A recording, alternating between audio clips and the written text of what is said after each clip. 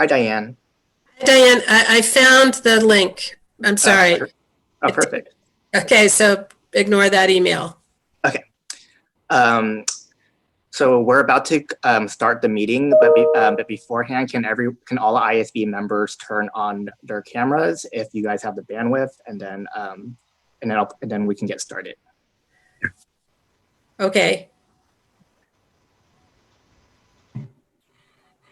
Oh, Virginia, I think you shared your screen. Oh, I did the wrong thing. Ah, so sorry.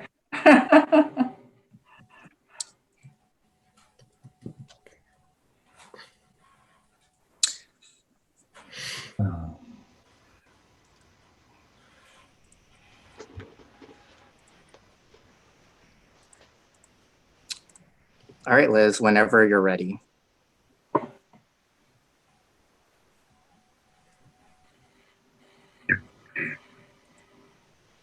All right.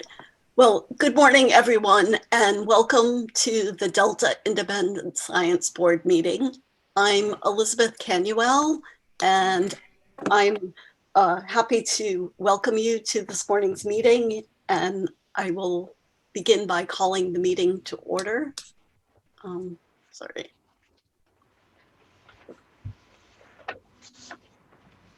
Okay, so before we get started, I have a few housekeeping words. In accordance with federal, state, and local guidelines to protect public health and safety in response to the coronavirus disease, COVID-19, this meeting will be conducted entirely by remote access. We will take written questions and comments. Please email your public comments to disb@deltacouncil.ca.gov. In your request, please indicate the agenda item in which you would like your public comment to be read. And if you prefer to provide oral comments, please use the raise hand function in Zoom or email disb@deltacouncil.ca.gov on the agenda item on which you would like to provide public comment. And then just wait and we'll prompt you for your comments. When providing oral public comments, please take a few minutes to state your name and affiliation. That helps us to understand who we're speaking with. So at this time, I'm going to begin by taking a roll call, and we'll have an introduction to the current members of the board. As I mentioned at our last meeting, the council appointed 6 new Delta ISB members in June of 2020, and their terms on the board will begin on September 1st, 2020. So at the meeting today, both incoming and current members will be present, and we'll have 5 of the current members terming out at the end of August, on August 31st. So at the start of each meeting, we ask Delta ISB members to disclose any new professional activities in which they are engaged that may be perceived as being related to any program or agency subject to the review activities of the Delta ISB. If needed, Delta ISB members can recuse themselves from select agenda items if there is a conflict. And we have a list of disclosed activities that we maintain and post on the Delta ISB website. So we will begin with declarations and disclosures from the current Delta ISB members. In addition to disclosures, because this is a special meeting where we are welcoming new members of the board, I would appreciate it if each member would take a minute or so to briefly introduce yourself and provide some information about your research background and how long you have been on the Delta ISB. So I'll call the roll. So beginning with myself, I'm Elizabeth Canuel, Chair of the Delta Independent Science Board. I have no changes or no new disclosures. And then in terms of introducing my research and background, I'm a faculty member at the Virginia Institute of Marine Science, which is part of William and Mary. By training, I'm a marine organic geochemist, and my research focuses on understanding the carbon cycle in coastal environments, especially in estuaries and wetlands. I guess as part of my toolbox, I use biomarkers or chemical tracers to understand the sources of carbon in coastal systems and how the amounts and composition of carbon change in response to natural climate and human forcings. And I've had the pleasure of being a member of the Delta ISB for nearly 10 years. All right, so next I'd like to introduce Steve Brandt.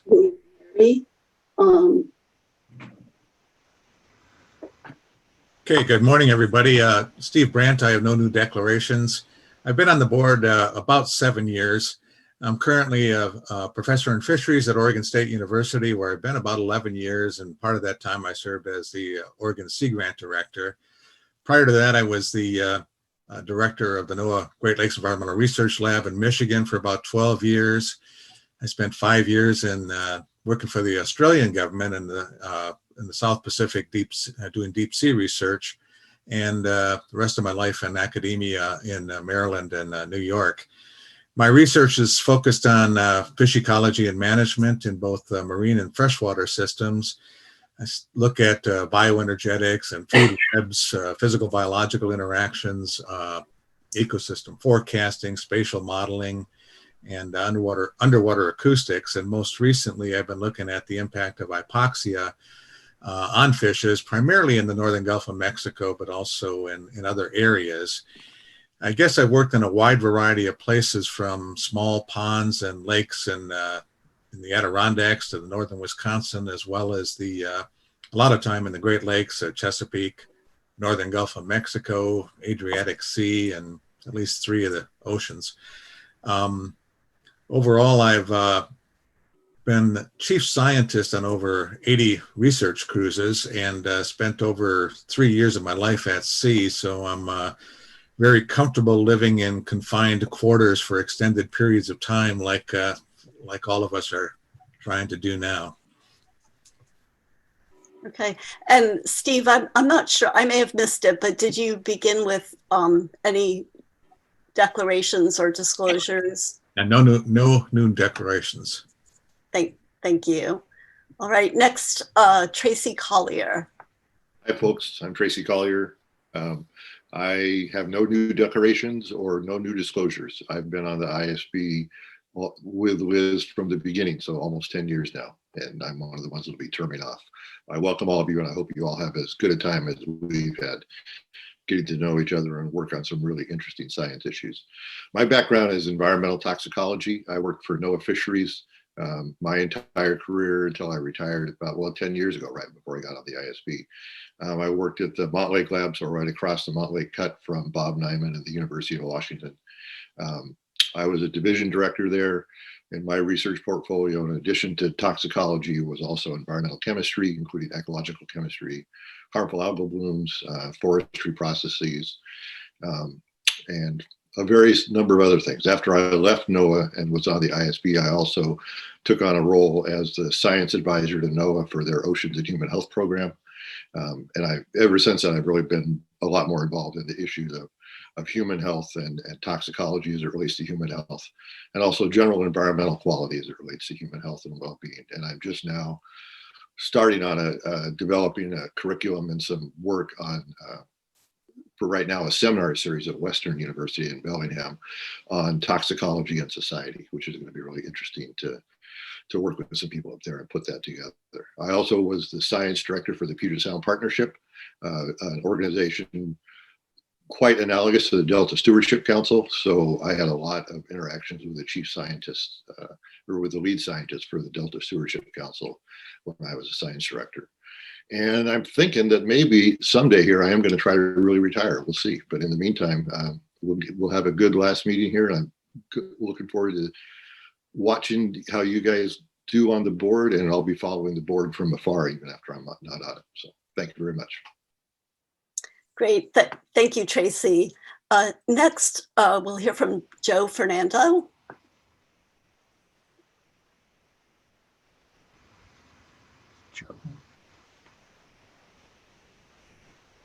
Joe, I think you're on mute. We'll hear from Joe after he is unmuted. Sorry, I'm Joe Fernando, and thanks, Liz. I have, so no new declarations or disclosures. I have been in the board for about 8 years now. I am a faculty member at University of Notre Dame in South Bend, Indiana, in the departments of Civil and Environmental Engineering, Earth Sciences, as well as a joint appointment with Aerospace and Mechanical Engineering. My training is in fluid mechanics, but I have kind of, over the years, have kind of nudged myself into environmental flows, atmosphere and ocean. So currently all my research is in the area of atmosphere-ocean interactions, the modeling, measurements, electromagnetic propagation, optical propagation in the atmosphere, and that type of areas I'm working on now. So 8 years, it has been a great experience for me. I learned quite a bit. Every minute I enjoyed it. Given the fact that I work with a multidisciplinary group of people, I'm one of the 2 engineers in the board. So you can see working with 8 other environmental scientists have been really an eye-opener and educational experience for me. And in the board, I basically kind of get involved in more engineering-oriented reviews, as you will know later that we do a lot of reviews. One of the challenges as a faculty member is that you kind of have to go on a middle road where you kind of do your work as a faculty member, as well as it's a very challenging board. The board has several reviews at a given time, so you have to spend time on both. So that has been a challenge. As you know, many of you are in faculty members, that suddenly you have teaching comes up. For example, we are one of the few universities teaching in person now, full attendance of the full undergraduate population. So that's a challenge, going through all sorts of precautions at this time. And then you have proposals due and you have exams. So, and then you have also due some comments on certain documents as well as reviews. So this has been really a good experience, and I'm sure that our new members will enjoy being in the committee. It's just across the board, broad experience. So I think we welcome all of you, the new members. And also we are really going to miss the 6 colleagues who are leaving, but hopefully they will be in touch with us in years to come. Thank you, Liz. All right, and next I'd like to invite Tom Holtzer to introduce himself and give his declarations. You might hear a dog. Try to just quiet it down. Tom Holtzer, no conflicts of interest. I've been on the board about, I'm in my 3rd year, and I'm sort of looking forward to giving up my newbie status with all of you joining the board. It's been an interesting experience for me because it is such a diverse set of backgrounds, so that every discussion you're learning and contributing at the same time at a pretty fast pace. My background is I retired from the USGS a few years ago, and I had spent my career dealing with, well, pretty much at the interface between geology and engineering in earthquake science, and got to know a lot of sociologists in the process. So I really got a nice broad exposure to how science and engineering are used to solve actual problems. And as I said, I retired from the USGS. I was also teaching at Stanford for about 20 years. So I know what Joe was talking about with the tension between teaching and doing a job. And I found retiring was a good way to work on the board. So that's it for me. Great. Thank you, Tom. Next, I'd like to invite Jay Lund to introduce himself and give his declarations. Hi, I'm Jay Lund. I'm a professor of civil and environmental engineering and a few other things at UC Davis. I'm a co-director now for the Center for Watershed Sciences. I have two new declarations. I just joined the board of a small consulting firm in Southern California that was established by a former student.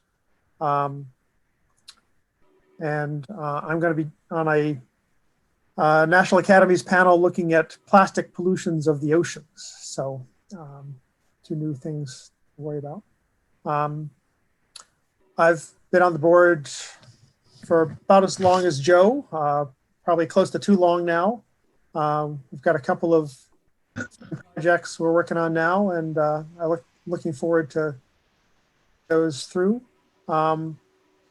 This has been a great, highly productive board, wonderful people, wonderful problems to work on. And I'm hoping that same sort of productive culture and of fun, good work together continues with the new board. Thanks, Jay. Next, we'll hear from Richard Norgard. Hi, I'm Richard Norgard. I have no new declarations. I guess I've never had a declaration. I'm a professor emeritus at the University of California, Berkeley. I worked mostly in the Energy and Resources group, which was a highly transdisciplinary graduate program. I'm trained in economics, but my pleasure is learning all sorts of other fields. And that started as early as 1970 when I joined the Alaska planning team looking at the pipeline in Prudhoe Bay discovery. I've spent time in the Amazon on an Amazon planning team when I spent 2 years in Brazil. I also served on many Congressional Office of Technology Assessment committees, National Research Council committees. Now, my approach to learning is to participate and keep my ears open and read a lot. And that's pretty much been my method all the way through my career. Hasn't satisfied the economists who say that's not the way you do things academically, but it's been a very effective way for me to participate in lots of different science enterprises. I've been on the board for its full 10 years and was on the CalFed Independent Science Board for 5 or 6 years before that was all changed over into the Delta Independent Science Board. I think I've sort of covered what I need to cover. Thank you, and definitely welcome the new board members. And it is a really interesting ride. Thank you, Dick. Next, I invite Vince Resch to give his declarations and provide a brief intro. I have no declarations to make, and like several others, this is approaching my 10th year on the board, and like several others, I'll be stepping down this year. I'm actually starting my 46th year at Berkeley, and I'm currently a professor of the graduate school in the Department of Environmental Science Policy and Management. But having been through many reorganizations, I think I've been through about 6 or 7 different departments on the campus. My research is on water pollution assessment and on waterborne vectors of disease. During the time I was at Berkeley, I was on secondment to the World Health Organization for 15 years in the River Blindness Control Program in West Africa, working on large rivers and deltas, setting up monitoring programs in 11 countries, and a variety of other things. And then similarly, I went with a different UN agency for 10 years, working on the Mekong River and the Mekong Delta in terms of the large dams that China was building or is building on the upper Mekong, which they call the Lanchang, and the effects that that's having on downstream fisheries and agricultural production. I also directed a research lab at Berkeley in the French Polynesia in Tahiti for 6 years. So of the 46 years at Berkeley, I often say I enjoyed the 3 weeks that I've been on the campus during that time. I think we are all going to enjoy being new members of this board. It's been a very, very interesting experience, and tomorrow you'll hear reflections from all of us about what this time has meant. So welcome and thanks very much. Thank you, Vince. And next we'll hear from John Weens.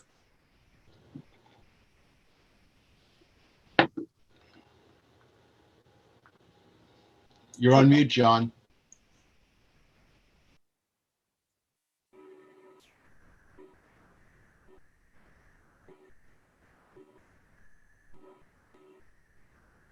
Okay, can you hear me?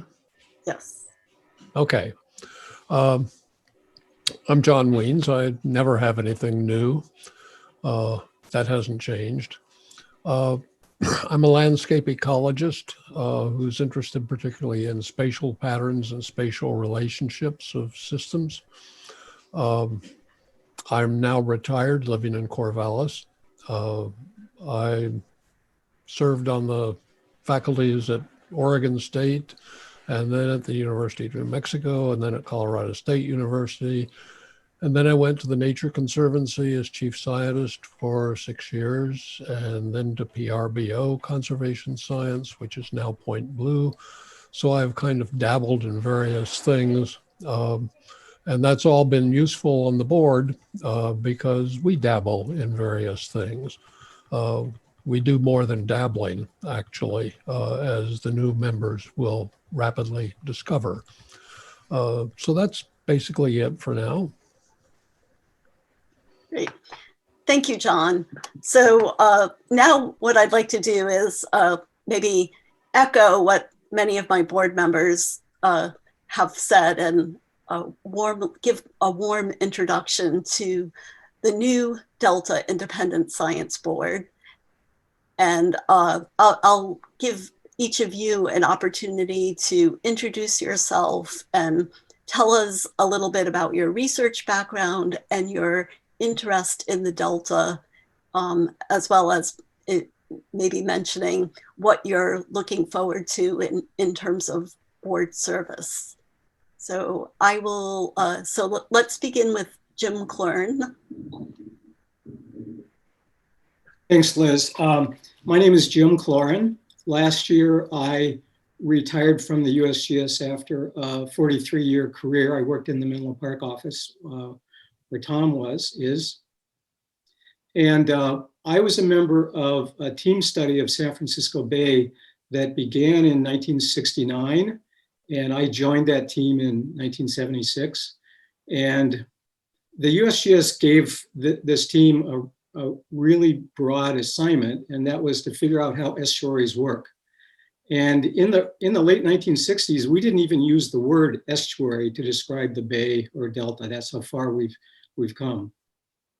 I think my research is focused on a number of things, and one of them is to measure and understand changes in the bay and the delta system, and in particular, changes driven by human activities like nutrient enrichment, river damming, water management, species introductions, landscape change, and variability of the climate system. And of course, in the early years, we focused on seasonal scale variability. And after a decade of observations, we could say something about annual scale variability, wet years versus dry years. And now after 5 decades, we can say something about responses of the Bay Delta system to multi-decadal climate patterns like the Pacific Decadal Oscillation. And we saw big changes in biological communities in the Bay in the transition from 1998 to 1999. So a lot of our research has been focused on past changes, measuring them and understanding them. And then maybe in the last decade or so, we started addressing the question of how can we learn from past changes to anticipate and plan for future changes. In terms of this board, I've become really interested in the challenges of restoration ecology. And I've become really interested in the question, the tough question of how can we anticipate the ecological outcomes of different restoration strategies? How can we go beyond planning on the basis of adding so many hectares of tidal marsh to anticipate what the ecological responses would be in terms of changes in processes like primary production. I've also been really fascinated by the multi-stressor problem, and the Delta is a perfect example of an ecosystem that's been disturbed from so many different directions. And I think this is a really tough scientific problem to figure out how to manage systems that are disturbed from so many different stressors. I'm really looking forward to working on this board, and I want to finish by shouting out to my buddy Diane McKnight. I haven't seen Diane for too many years. We've known each other for a long time, and I'm really looking forward to working with you, Diane. Thanks, Liz. Great. Thank you, Jim. Now let's turn things over to Virginia Dale. Good morning. I'm really pleased to be a part of this board. It's going to be exciting learning experience. I have no declarations. I have spent most of my career at Oak Ridge National Laboratory and transitioned from there recently to the University of Tennessee, where I am in the Department of Ecology and Evolutionary Biology. I am a landscape ecologist now, but my background is in mathematical ecology. So the fun I get out of learning about new systems is figuring out how they work together with the different pressures that they have. Current research I have going on is on sustainable agriculture and forestry systems. My team is working in the Yaqui Valley of northwestern Mexico, just south of California, as well as the highlands of Guatemala. I have served on the EPA Science Advisory Board for more than a decade, and in particular, I led a study of hypoxia in the Gulf of Mexico, which was engaging because we had oceanographers and sociologists, economists, and ecologists, and we combined our different perspectives on the causes and impacts of hypoxia. I've also served on the Grand Canyon Research and Advisory Board and looked at the water and people and resource issues there, trying to figure out a long-term solution to many of the pressures there. I'm greatly interested in working on this board because of all of you. You have so many expertises that I'm interested in learning about, as well as learning about the Delta system itself and engaging with stakeholders to try and work toward solutions that can move toward a more sustainable future for that area. Thank you. Thanks, Virginia, and welcome to the board. Next, I'd like to invite Tanya Heikkila to introduce herself. Thanks, Liz. Hi, everybody. I'm Tanya Heikkila. I'm currently a professor and associate dean of faculty affairs at the University of Colorado, Denver's School of Public Affairs. I'm a social scientist who studies the governance of natural resources, especially watersheds and large-scale ecosystems, with an emphasis on understanding how the design of rules and governance systems and the characteristics of the actors involved in them can foster coordination and cooperation, especially around transboundary resource management issues. I've explored also questions around how governance institutions can support or impede learning among stakeholders, and also what drives conflicts that can impede cooperation and adaptation in these types of systems. I've done a lot of work, comparative work on governance processes, including in the Delta, also in the Everglades, Chesapeake Bay and the Columbia River, and several transboundary watersheds in the Western US. More recently, I've also done some work related to energy development issues in the West. And I have a lot of experience working on interdisciplinary teams and projects related to these topics. I think that a lot of the issues that I study and the interdisciplinary lens that I've used are really important for understanding the progress or challenges in implementing the goals of the Delta Reform Act and the Delta Plan. So I'm really excited to bring that kind of lens to the board. And also, I think some of the methods that I've used, surveys, interviews, document analyses, meta-analyses, can be helpful for the types of reviews that the ISB might engage in. And so I really value this opportunity. I think it's going to be a great place to provide lessons from the scientific community towards policy and governance, which I both value, but also recognize how challenging that can be from my own research. So I'm looking forward to the challenge and working with everybody on the board. And it just seems like a wonderful group, and hope that we can see each other face to face soon. So thank you. Thank you, Tanya. Next, I'll turn the mic over to Diane McKnight. Hello, all. I'm very excited to be on this board. My background is in limnology and environmental engineering. I worked with Jim Claren and others at the U.S. Geological Survey in the Water Resources National Research Program for 17 years before I became an academic at the University of Colorado in Boulder. I'm a faculty member in both the environmental engineering program and the environmental studies program, so I learn a lot about some of the policy issues from being on student committees and such in environmental studies. My research area is in aquatic biogeochemistry, interactions between trace metals and natural organic matter and microbial production. I've done field research many different places, ranging from the Arctic to Antarctica to arsenic in Bangladesh to and locally in Colorado studying acid mine drainage. I've been working on that since I joined the survey in 1979. It's a really long-term challenging problem. It's comparable to some of the issues in the Bay. I've served on, I think, 14 different national research committees and chaired one. And one way I'm excited about the board is to be closer to what happens next, as opposed to writing a report and who knows.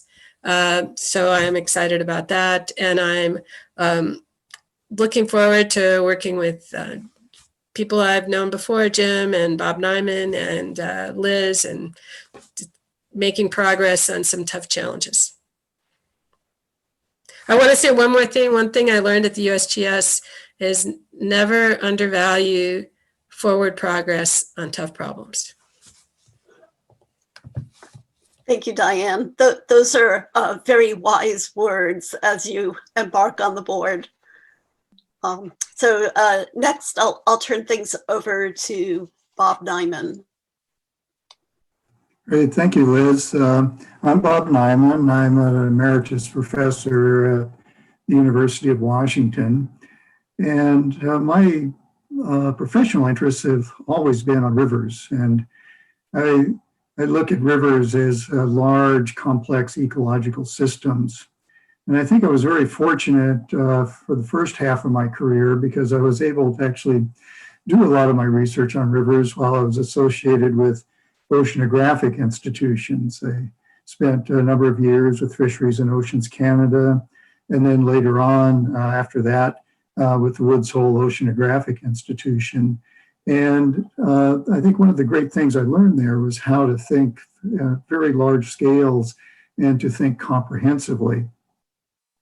And so the first half of my career was really, looking at rivers internally in terms of their processes, biogeochemical cycles, and so forth. But a change occurred in the middle, and I started to see that other things were influencing rivers, what was happening on the land, what was happening in riparian zones, how large animals were actually influencing the processes that we were seeing in rivers.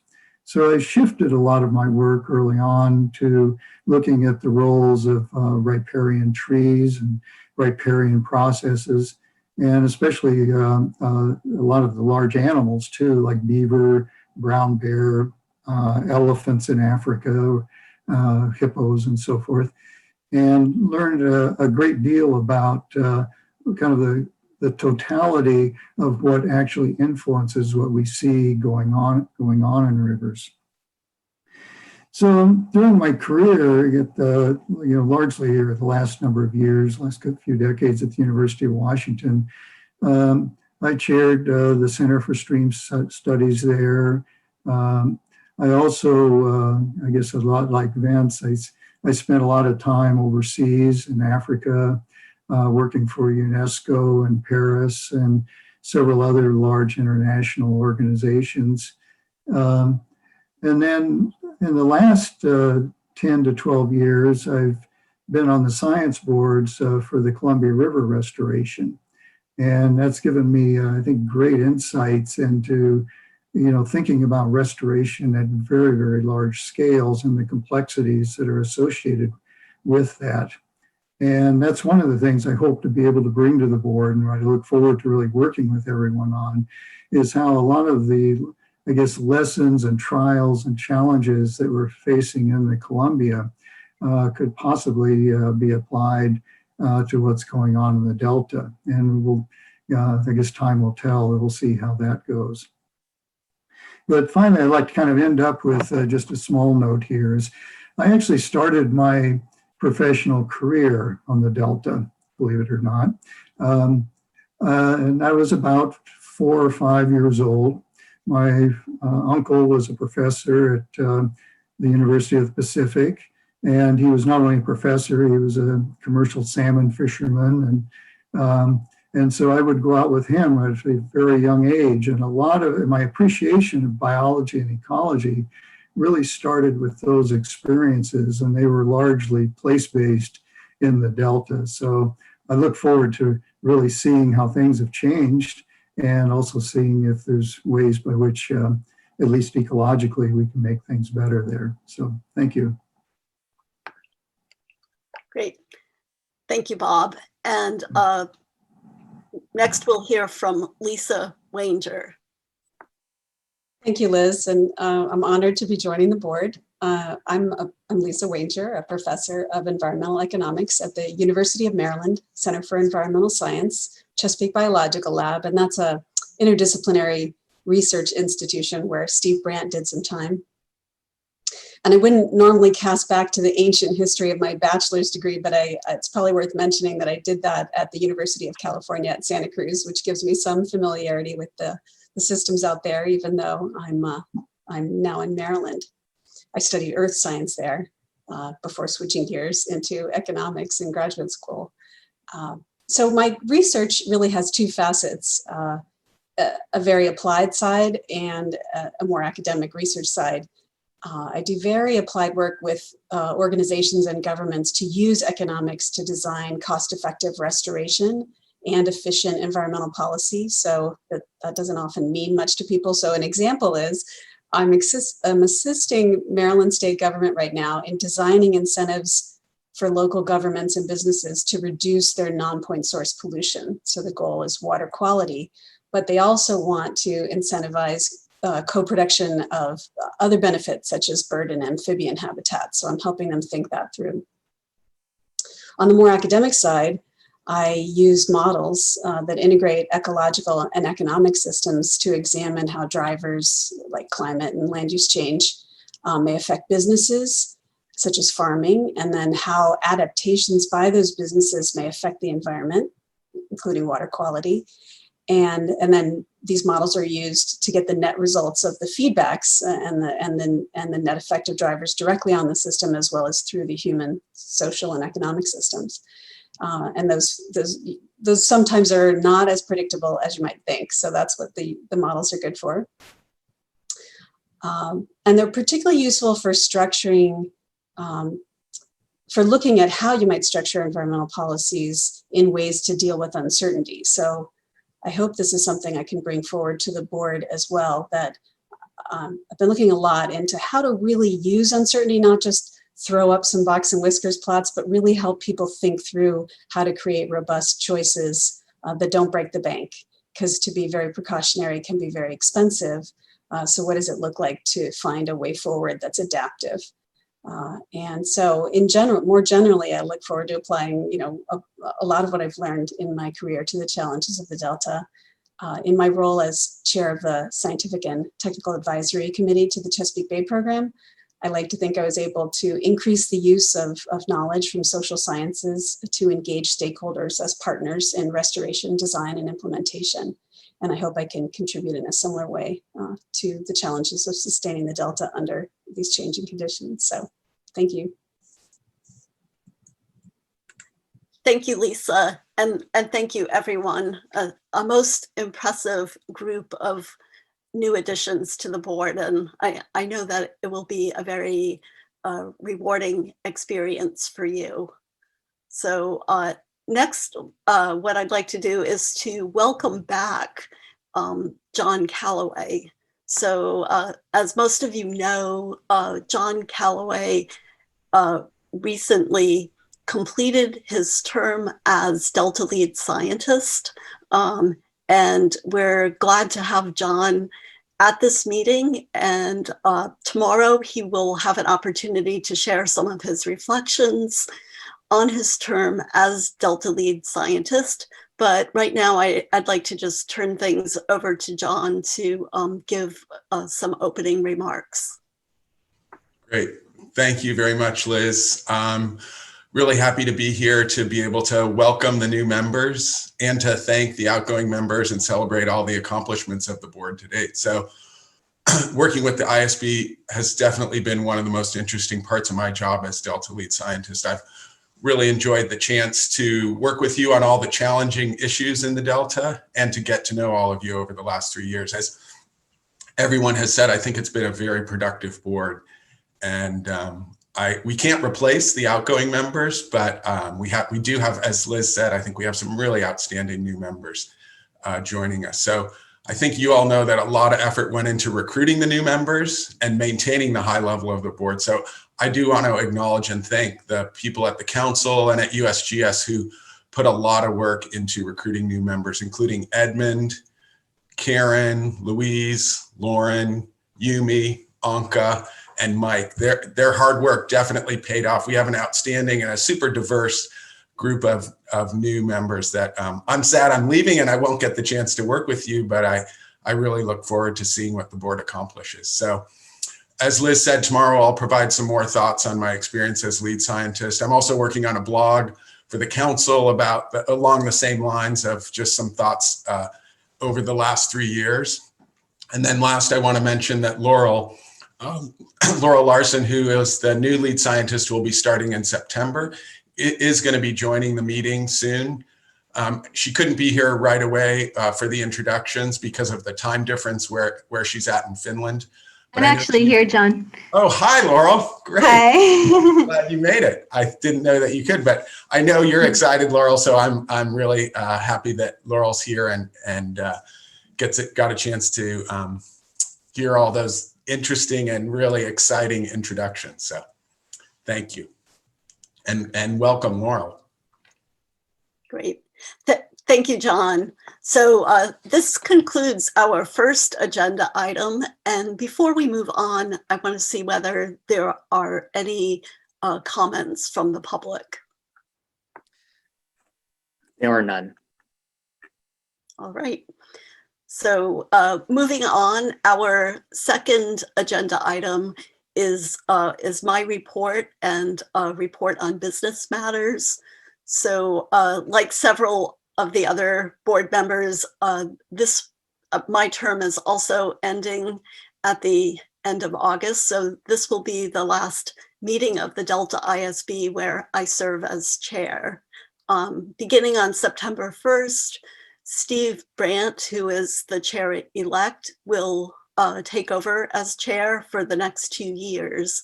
And members of the board will elect a new chair-elect sometime later in the fall.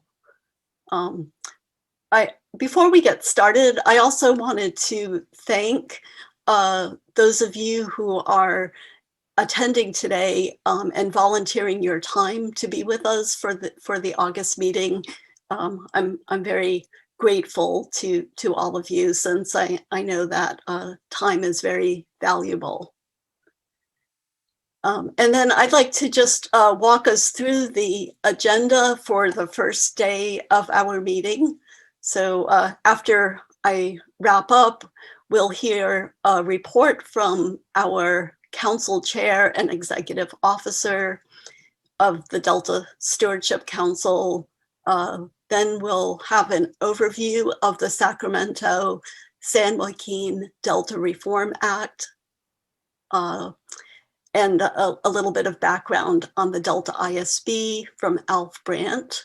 I will then provide a short introduction to the Delta ISB review process, which is one of the important activities that we engage in as a board.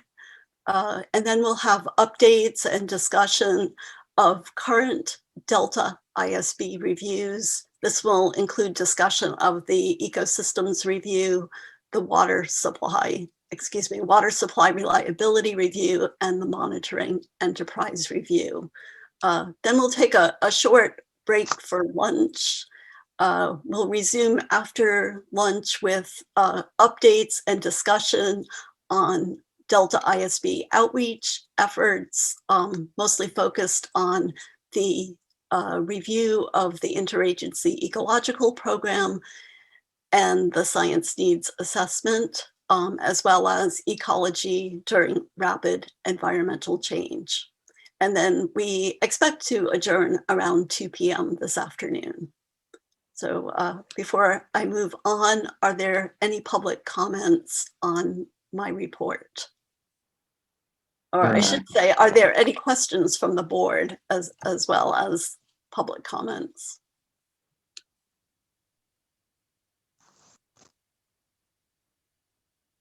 Okay, I'm not seeing any, so let's move on to the next agenda item. So this will be a report from the Delta Stewardship Council. We'll hear from Council Chair Susan Tatayan and the Executive Officer report from Jessica Pearson. So just a bit of a brief introduction. I want board members to know that the Council and ISB have close interactions with one another. And today's report, I believe, will focus on how the Council uses the ISB review process and the recommendations that come out of that review process. So I'll turn things over to Susan. Good morning, everyone. Can you hear me? Yes. Yeah. I am very grateful that I'm able to be with you today, be it virtual. And on behalf of the council members and staff, thank you for your participation on the Delta ISB. I'm grateful for your willingness to serve on this independent body, as it provides information that we need to make informed decisions about managing resources in the Delta watershed. Was that sound me? No? Anyway, the Delta ISB has provided valuable input on many critical issues that the council faces and that Californians face. Some examples are the panel on biological goals, amendments to the Delta Plan, and including our most recent effort, the ecosystem amendment to the plan, improvements to the interagency ecological program, and adaptive management and improvements to monitoring in the Delta. And the board also serves a critical role in ensuring the integrity and transparency of science for the broader Delta science management and policy community. A lot of our folks in the water and environmental management communities in California look to the Delta ISB for robust independent science and science review. Since you'll be hearing about the history and intent of the 2009 Delta Reform Act under Agenda Item 4, with Alf Brandt, I'll give a very brief overview of the Delta Stewardship Council and how the Council and the ISB interact. Part 3, Chapter 1 of the Delta Reform Act establishes the Delta Stewardship Council as an independent agency of the state. The council was formed in 2010, and it's dedicated to advancing the state's co-equal goals of providing a more reliable water supply for California and restoring, enhancing, and protecting the Delta ecosystem. And these goals are to be achieved in a manner that protects, enhances the unique characteristics of the Delta as an evolving place. We meet monthly on the fourth Thursday of the month. There are 7 council members, and the council has a staff of 70 people, including those in our Delta Science program, which is tasked with providing the best possible unbiased scientific information to inform water and environmental decision-making in the Delta.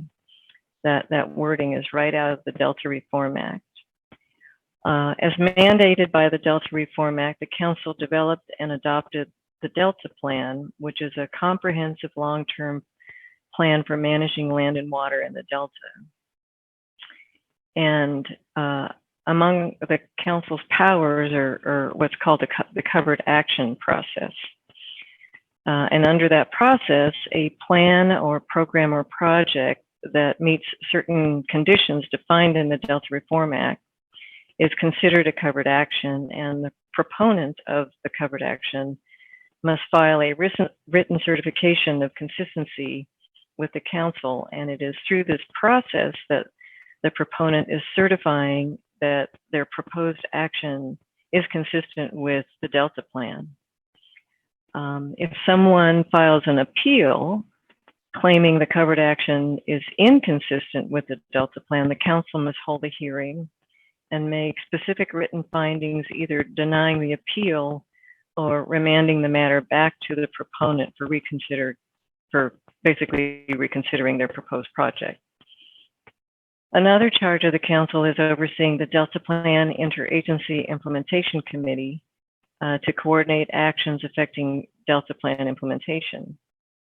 And this is a high-level committee, comprises top leaders of 18 regional, state, and federal agencies with authorities or programs affecting the Delta's resources.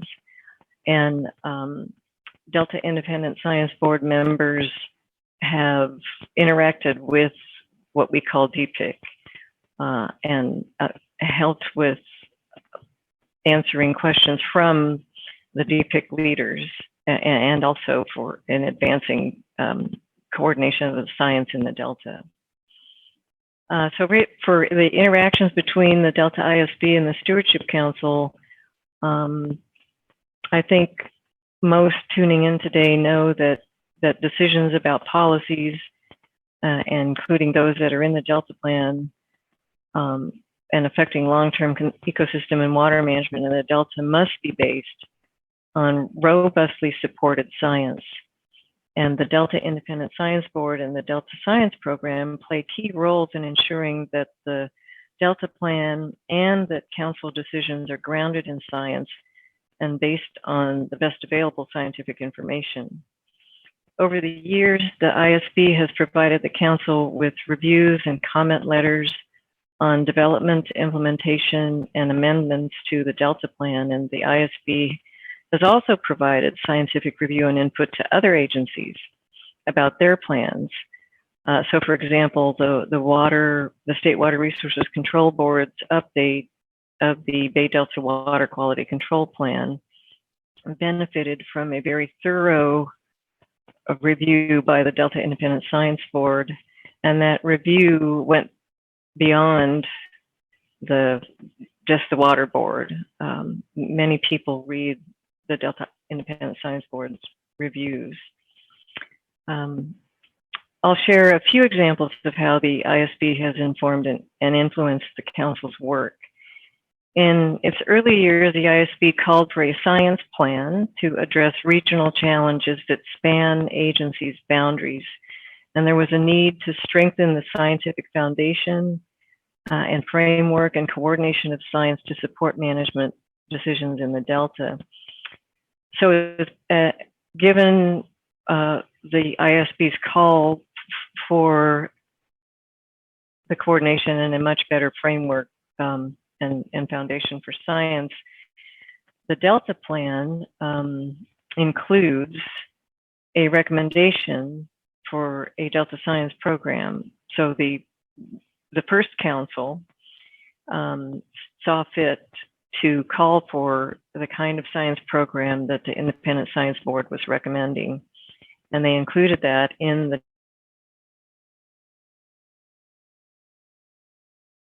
science plan was released in December 2013, and its last update was June 2019. The recommendations from the Delta Independent Science Board reviews continue to be a key resource in identifying new science actions for updates to the science plan. And I'll give another example. In the Delta plan, a policy requires the use of adaptive management for major ecosystem restoration and water management projects. And the ISB found in its 2016 review and its subsequent 2017 journal article that adaptive management as described in the Delta plan has rarely been implemented. The Delta ISB noted various impediments to fully implementing adaptive management and provided recommendations on how to move forward. And to address the barriers identified in the ISB's review, the Stewardship Council released the Delta Conservation Adaptive Management Action Strategy in 2019. This strategy was developed through a group, interagency group called the Interagency Adaptive Management Integration Team, IMIT. And Karen Kafitz, who is part of the ISB support team, is leading the way to address the ISB recommendations through this action strategy. So that's something to look forward to working on. So typically at every Delta ISB meeting, the chair of the Delta Stewardship Council, our executive officer, and the Delta lead scientist report updates from the council and from the Delta Science Program. In addition, the chair of the Delta Independent Science Board provides updates to the Delta Stewardship Council, actually comes to our council meetings and provides updates on the activities of the Independent Science Board so that the council members are aware of the ISB's ongoing work. And I want to say that I have learned so much from participating in Delta ISB meetings and from your reports and reviews and comment letters. I've also enjoyed getting to know most of the Delta ISB members at Delta ISB dinners, and I hope that we can reestablish those dinners when we can again meet in person. And I just want to say on a very personal note that the ISB even contributed to my being confirmed as a council member at my confirmation hearing, Senate confirmation hearing. One of the senators took me to task on the water board's recommendations for unimpaired flows in Delta tributaries. And I paused for a moment and thought, what am I going to say in answer to this strong admonition? And I was able to cite the Delta Independent Science Board's very thorough comment letter to the water board about the proposed unimpaired flows and the rationale behind them. So I want to thank the Independent Science Board for providing that letter. I'll wrap up by saying the Council and our science program deeply appreciate the contributions of the Delta ISB, and we look forward to ongoing interactions with the new ISB. It has been a great honor for me to work with you, and I anticipate continuing to work and learn, work with you and learn from you. And I will miss working with Doctors Canuel and Collier and Norgard and Resch and Waynes. John Waynes and I have something in common. We both worked for the Nature Conservancy, which is also a science-based organization. So I can't thank you enough for your dedication and all that you've done for the Council and those who depend on Delta resources. So with that, I'll take any questions. And actually, Jessica Pearson is on. So before questions, maybe Jessica, you want to introduce yourself? Sure, thank you. Hello, everyone. I'm Jessica Pearson. I'm the Executive Officer of the Delta Stewardship Council. In that role, I serve as Chief Administrator of the agency, and I oversee the execution of the Council's work plan. So I've been with the Council almost since the beginning, since 2011, in a couple of different roles, and been in my current role as Executive Officer since 2014. So to the incoming members, congratulations on your appointments. I warmly welcome each of you to the board. We're so excited to work with the new members and grateful that you're willing to apply your expertise to help resolve the challenges that we all face in the Delta. I also, like Susan, want to extend my sincere thanks to the 5 long-serving members who've dedicated so much time and really contributed so much to our understanding of the Delta and how to best manage its resources. Having an independent science voice in this system, in my opinion, is absolutely essential. So a special thanks to the 2 outgoing members who I had the chance to work with most closely in their terms as chair, Liz and Tracy. I hope we continue to cross paths virtually. I'm happy to answer any questions that any of the incoming members have via phone or email anytime, and Edmund can connect you with me or with Susan. And as Susan mentioned, one of us will be in attendance regularly at your meetings to keep you updated on the activities of the Council and occasionally to provide requests from the Council for your input and services. That's really all I have to say, but thanks for the opportunity to speak and to introduce myself. And that concludes my remarks. Thank you, Susan, and thank you, Jessica. Are there any questions for Susan or Jessica from members of the board? Well, this is Tracy. I'll just say to both Susan and Jessica, it's been equally a real pleasure working with both of you off and on. And I really am serious that I will be watching to see how things go in the Delta. And if I have advice, whether it's solicited or not, I'll provide it.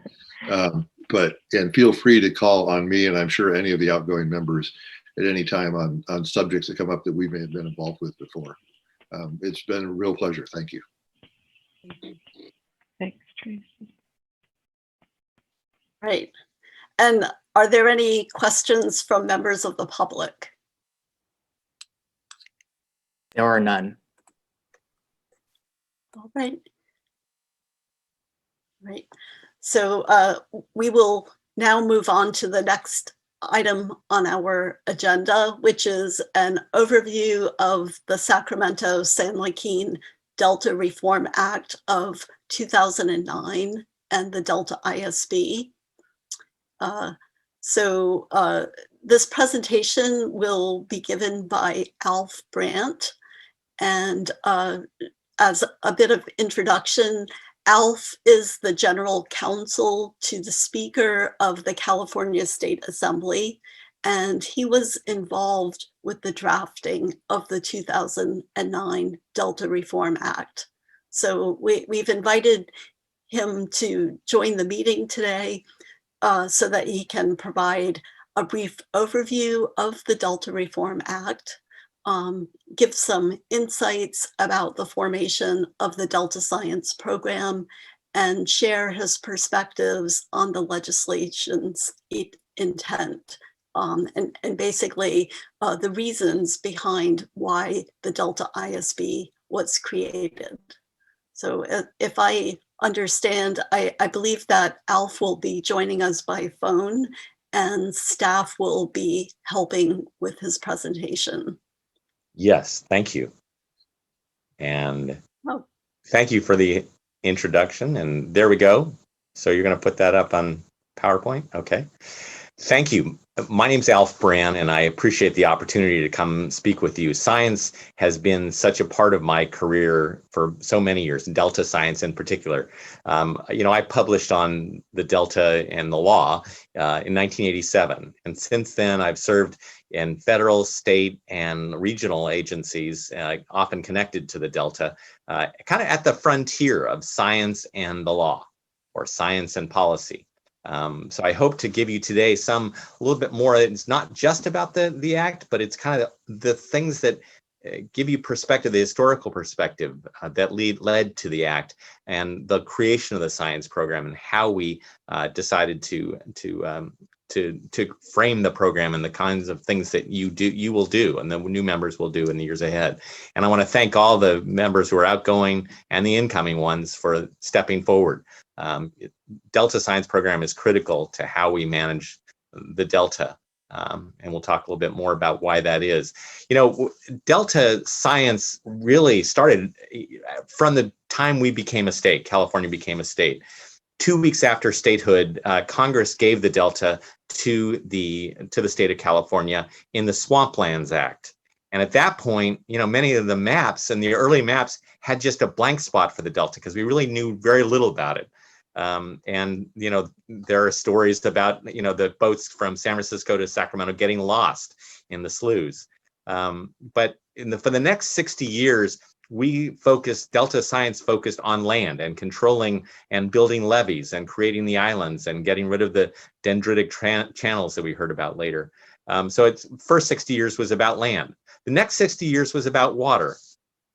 We focused on, in the early years, the Delta, the scourge of Delta salinity intrusion.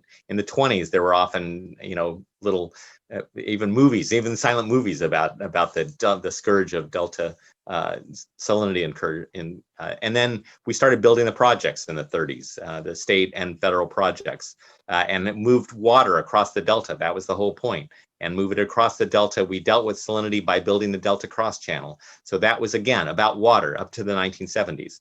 And then you see the 70s and we create the Endangered Species Act. We do a number of things that we start focusing on other parts of the Delta science, and that is fisheries, largely. And, we continue on all the other pieces on control of levees and, how do you prevent floods, all those kinds of things. But really, 1978 was when the Interagency Ecological Program got created as part of the first Delta Water Quality Permit, Delta Water Quality Control Plan from the State Water Board, Decision 1485. And that was a creation of the federal and state agencies collaborating, working together to figure out things. But it was monitoring program more than a science program. It was focused on reporting and following what was happening to fish, to water quality, to water flows. All those kinds of things were part of the Delta Interagency Ecological Program. 1986, next one. 1986, we had the major decision. This is in some ways where I got started. This is what the article I wrote about was about this decision about the Delta. And it was the United States First State Water Resource Control Board, often called the Racanelli decision. The dispute was about the effect on fishery resources and how much and what was the responsibility of the state water projects for fishery resources. This was before the listings under ESA. And it led to, on the fishery, the court struck down that they were not doing enough for fishery resources in this permit. And so then in the years that followed, we went through a series of the first set of Delta water rights hearings about how do you protect fish and what are the standards that are going to be needed. Moving on. And then led to the conflict in 1992 to 94 between Governor Wilson and Secretary Babbitt about who controls the Delta and who's scientists. have the best information. And often that, and it was all about fisheries at that point. It led, that conflict that was very public and very heated, led to a Bay Delta Accord that was about water quality, but water quality for fish. And there were compromises, and I was actually on the Metropolitan Water District Board at that point, and we were arguing for certain aspects.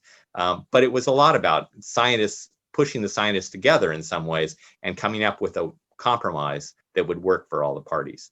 It led to further hearings about Delta water rights hearings, the second set, because the feds had withdrawn, federal EPA had withdrawn the permission, the approval of the plan. And so we had to do a new plan, and that got created as the Delta Accord in 1995. And then we went to water rights hearings. And I was part of those water rights hearings for a large part leading up to the CalFed record of decision. That's how I got brought into Interior as a water lawyer. And I put on a whole lot of scientists. And at that point, the fight had long been about combat science. And in this one, it was kind of an in-between, the Delta water rights hearings.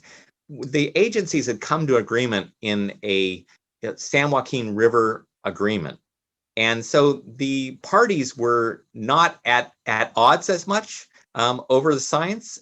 There were the in-Delta people were still challenging, that agreement and what their rights were. And so they challenged it. But largely the resources that went to science were not about conflict at that point. I put on several biologists and engineers as well to talk about how this would work. And it was all about the Vernalis Adaptive Management Plan and implementing that for the next 10 years. And we got approval of that in 2000. But the other piece that was happening in the background was CalFed, the California and federal government working together on the Bay Delta program, CalFed Bay Delta program. And that led, we started working on science and started building on the collaboration. In those early years, leading up to the CalFed record decision, we had science that we would do RFPs and allow science of whatever people thought was important and invite scientists to make proposals, academic scientists largely, to make proposals for research on the Delta. Let's move on to the next slide. And then, so in the CalFed record decision, a couple of things. One is that was the creation of the lead scientist. And we continued agency science programs. And in the record decision, we combined both directed scientists, as we found, because the RFPs were not necessarily giving the science that we needed most on the conflicts that were happening. So we had authorized both directed science as well as continuing the RFPs to invite academics from all over to do that. But the other piece that I want to tell you about lead scientists and your relationship between a lead scientist and the board, that was a decision of Secretary Babbitt. And I was there at probably 7:30 at night one night when there was a proposal to create a science program that had a manager of science. And the secretary kind of went off and said, no, that's not going to be what we want. We want to see, I want to have somebody who is a leading nationally known scientist, being the scientist leading this, not a manager, not some bureaucrat that's going to manage scientists. I want the lead scientist to be leading. And so that was how we changed the record decision to create the lead science, which you now see today in the program today. And we welcome our new lead scientists. Good to meet you virtually, at least. Let's go on to the next one. Out of CalFed, for the next 5 years, we implemented CalFed Bay Delta program. We did a lot of federal, state, local agency collaboration on scientists. Biologists managed the environmental water account that we created in the CalFed record decision. So they had a water supply that they controlled, kind of, because it was basically to give water back to the projects if they wanted to impose higher standards or shut down the projects or things like that. Let's go to the next one. But that led to the turning point, 2005. And that was, from my experience, I mean, this was starting to happen in early 2005, but we set an emergency hearing at the Water Parks and Wildlife Committee on August 18th, 2005, for the Department of Fish and Game to come and report on the Delta fishery collapse. And it was the first time we saw that CalFed was not working. There were things, so, but they didn't have answers about the science of why it's collapsing. They just reported on it was collapsing. And let's go to the next one. And then that led to the pelagic organism decline. Let's go to the next one. Sorry. And then the other piece that was happening at that same time was Katrina. And Katrina brought attention to delta levees like never before. And there was a scenario that DWR showed us a working scenario of what might happen if there was an earthquake near the delta, and levees collapse. A few levees collapse, and then there's wind fetch, and more levees collapse, and the delta collapses, and all that salinity intrusion comes rushing in from the San Francisco Bay. So that was happening at that point, but it was more about engineers. And then pelagic organism decline. For the next 2 years, we had scientists looking at why are the fisheries collapsing? But it was, and that was led into, let's go to the next one, led into the Delta Vision. Public Policy Institute was doing things along those lines. It was just getting started and did some great reports on the Delta for the legislature. The first one was for the legislature to understand what was going on, and that was helpful. And I think one of your members was involved in that at that point. But the other piece that we created in 2008 was the Delta Vision Blue Ribbon Task Force to come up with a new vision for what the Delta should even be. Let's go to the next slide. And that really started, and I'm going to walk you through a couple of slides. These are the actual slides that we saw in 2005 and in the years before the Delta Reform Act. But you can see it's reporting. Let's go to the next one. Delta fish reporting, zooplankton dropping. Again, it's just reporting of this. A lot of this coming from the Interagency Ecological Program. Next one. Next one. Let's go. There we go. Reporting of exports, and you can see how there were suddenly very high exports after CalFed and the years right after CalFed record of decision. Those are the kinds of things. And then next one, we also saw some things from the Delta Blue Ribbon Task Force, and that was partly about the levees. Next one. And then the other thing that we saw, and this was new to my understanding, which was dendritic channels. And there was some science, I don't know exactly how, I think USGS developed the next one to show what the delta may have looked like in the pre-1860 period. Oops, nope, let's go back. Should be one right before that. Okay. Well, we may have missed that. There was a recreation, visual recreation of the dendritic channels of the delta. And that was a new concept. And for the first time, we were starting to remember that the delta was an estuary. That was the biggest piece that we needed to understand. We had managed it so much in the last 150 years that we needed to be reminded that it was really started as this dendritic, mix of dendritic channels. So let's go to the next one. So the next thing that was happening is the thing that was feeding into the discussions in Delta Vision. Go to the next slide. And that is this, and let's flip through the next slide pretty quickly. You can just see this. This is the kind of thing that we saw that were shown to us about how the Delta operated, shown to legislators. And then what the possibility, if there was an earthquake, there would be a sudden rush of salt water into the Delta as levees collapse. And then this is the cool one that I thought, can you start the next one? Start the next one. And this is the cool thing. This was developed by Metropolitan Water District, who had substantial resources to create this kind of thing. Let's just get it started. And you can see, and this was one of those, for non-scientists, this was one of those, that's really cool. Looking at the delta and seeing what would happen if there was a earthquake and then all these levees started failing. And then this is what potentially happens, is the levees fail and there's more of them. And it fails and goes on. Let's see if we can flip through this pretty quickly.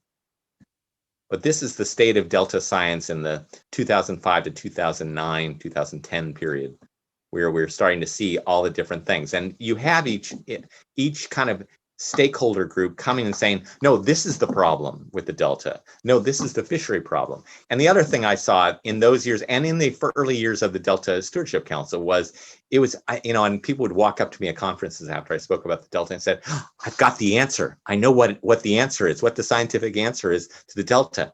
It's their fault. It's the other guy's fault. And I heard that repeatedly. So and this is the kind of thing that you would see. This is the problem. This is where the legislature needs to focus. Okay, and then you can see, let's see if it goes in. You can see the rush of salt water coming in and the Delta becoming basically a saltwater marsh instead of the freshwater marsh that we had designed. And I admit, we had designed with the Delta Cross Channel. Okay, let's see if okay, you see that. Let's go on. Let's move on.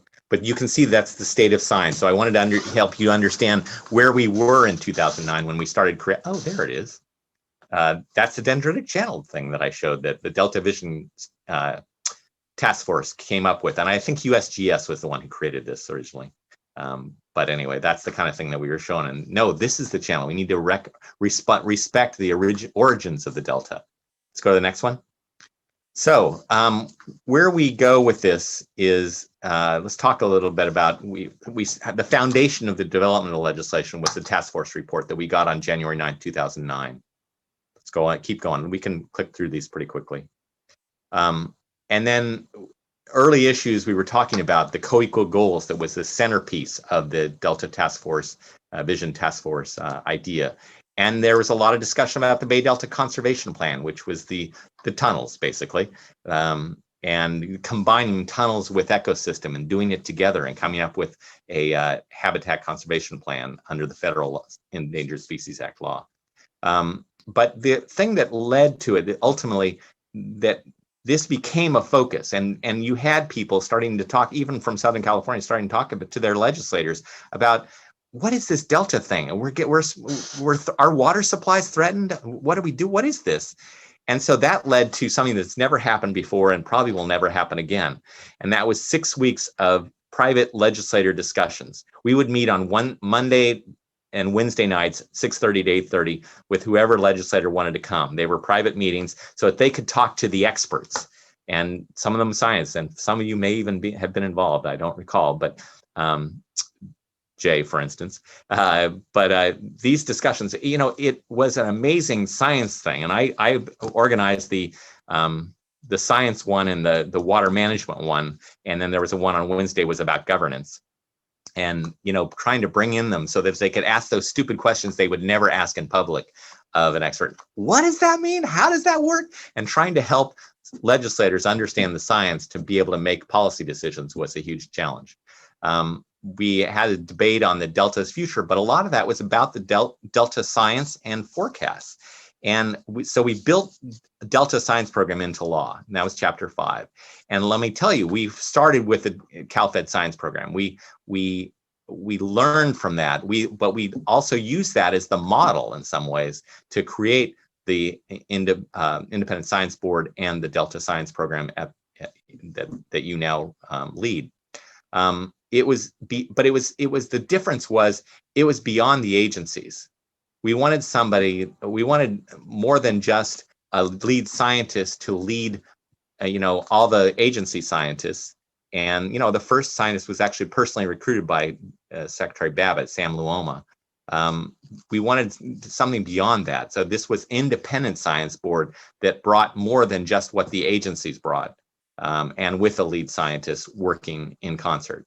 And the other piece that was important that just so you understand, you heard a mention of it, was we set, and this was we required the board to recommend what the ideal in-stream flow requirements would be for the Delta if they were doing it. So as they measured and set up BDCP, they need to consider, well, what would be the ideal? And there would be trade-offs, but we needed the board to do independently, set a in-stream flow.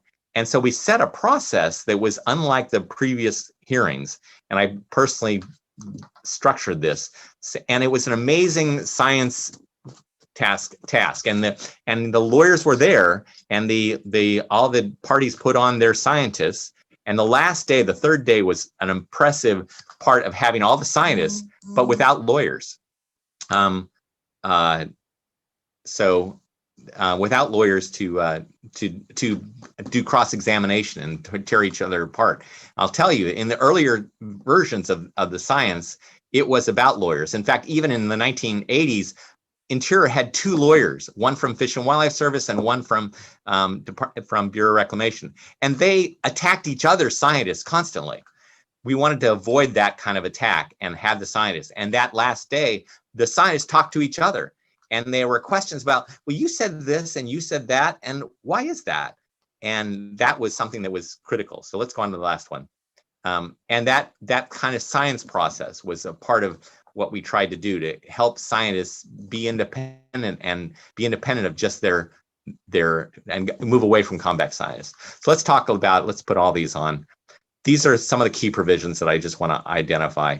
Notice that the Independent Science Board is an agency or is an entity in state government.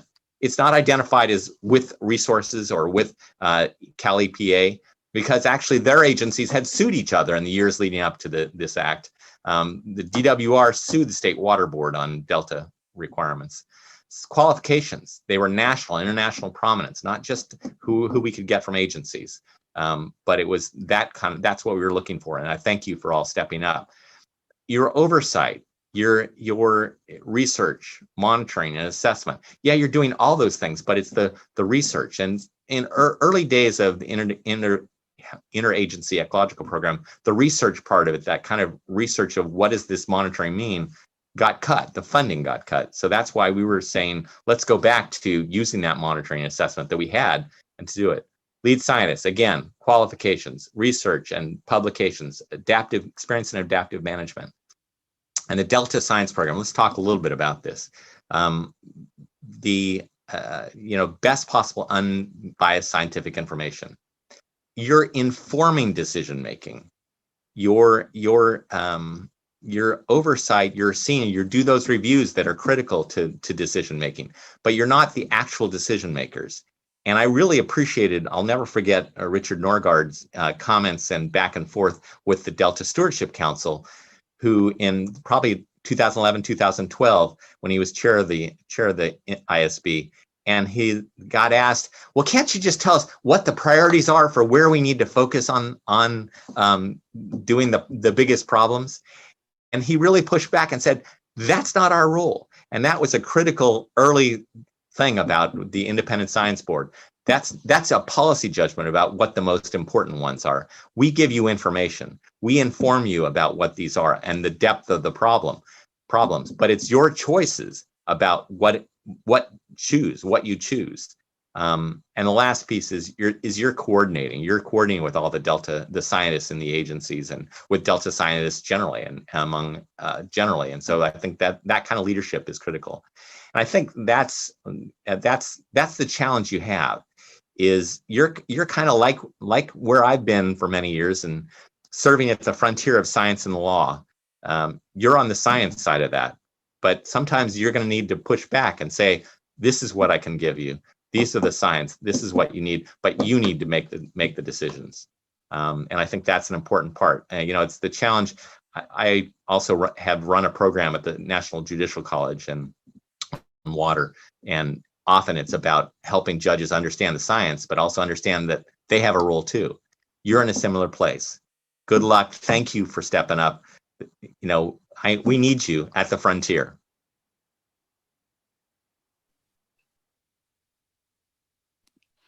Thank you, Alf. Yeah, thank you, Alf.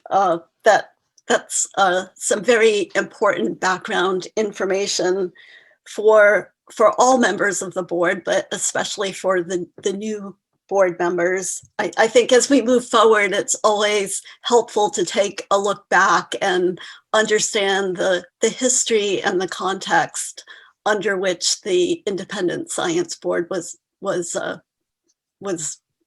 initiated. So thank you for providing that perspective.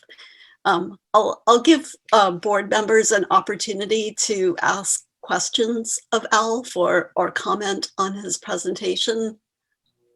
Liz, this is Vince. I've just got a quick one. Whenever I've mentioned the Delta Reform Act, the question that I've gotten, particularly from non-scientists, is the origin of the term co-equal. And they usually come back and say, well, if it's equal, why do you call it co-equal? And I was wondering if you could tell us how that term came into the legislation. That term came from the Delta Vision Task Force because there had been a fight about for decades about, was it fishery? Were we managing the Delta for the fishery or for water supply? And, you know, each of the agencies, the stakeholders would fight over it.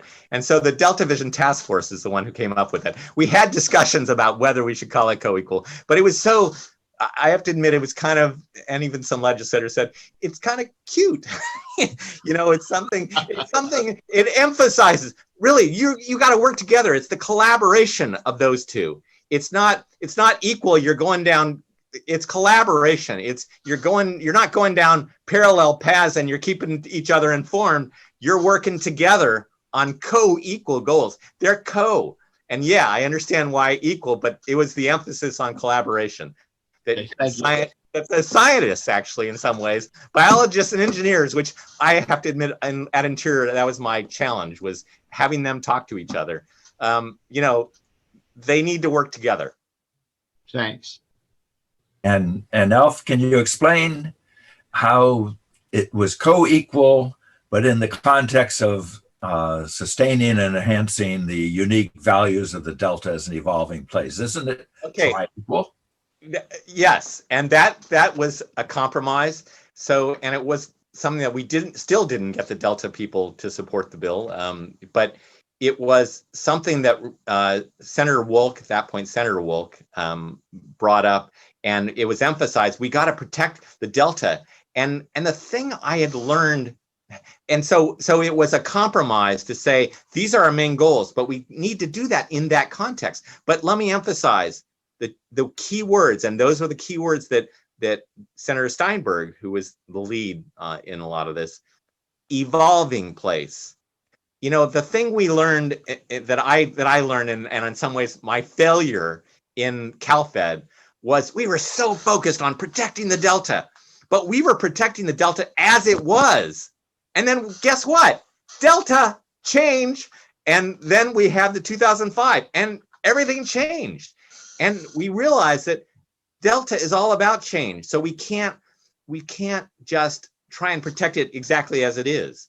And that's why the words evolving place were critical to the support of Senator Steinberg, because he said, it's going to be changing, because the Delta folks are so committed to the status quo. They want to keep it as is. And so they're just about fighting the projects and fighting fishery, fighting restoration. They don't want that because that takes farmland out of production. So in the light of the Delta as a place, as an evolving place, that's what was critical. So it was a compromise to try and get the Delta people to accept that we were going to respect them, basically. Other questions?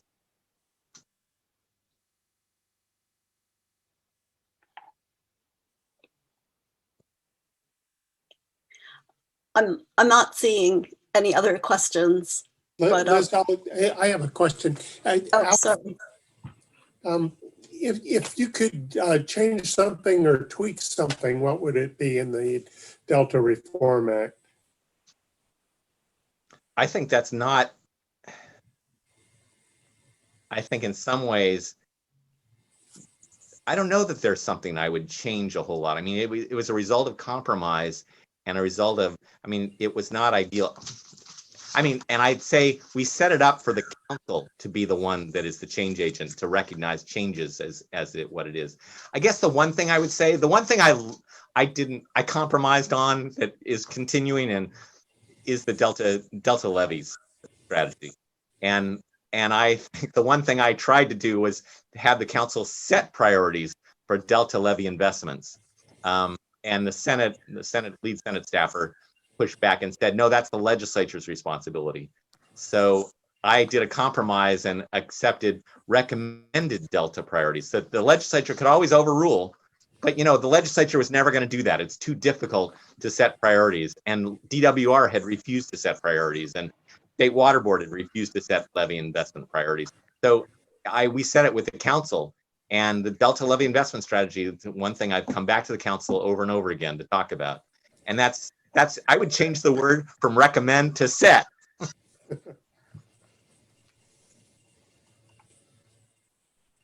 Other questions from the board? Thank you, Al, for that wonderful overview. Yes. You were there, Jay. Yeah, thank you so much, Alf. That was very informative, and it's a great note for the new board members to begin on. We appreciate your presence at the meeting today. Well, I appreciate also the new board members. It's good to see the next generation. Welcome. You've got a challenge. We've been doing this for generations. I mean, I came late. I came in, the 80s, and that was late because it had been fought over for years. And so thank you for stepping in as Delta, as scientists, bringing your expertise to California. Thank you. Okay. And before we move on, I want to give an opportunity for members of the public to ask questions. We have one raised hand. It's with Tony Risk. I'm going to make you a panelist, Tony, so you'll be able to turn on your camera and speak on your computer microphone.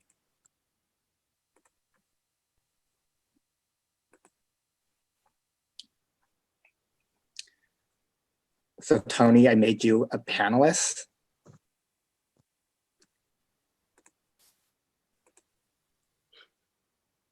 And Tony, if you're on the phone, can you press #9 and then I'll give you access to your phone line. Okay, that's *9. *9. Oh, sorry, *9. Press *9 if you're on the phone.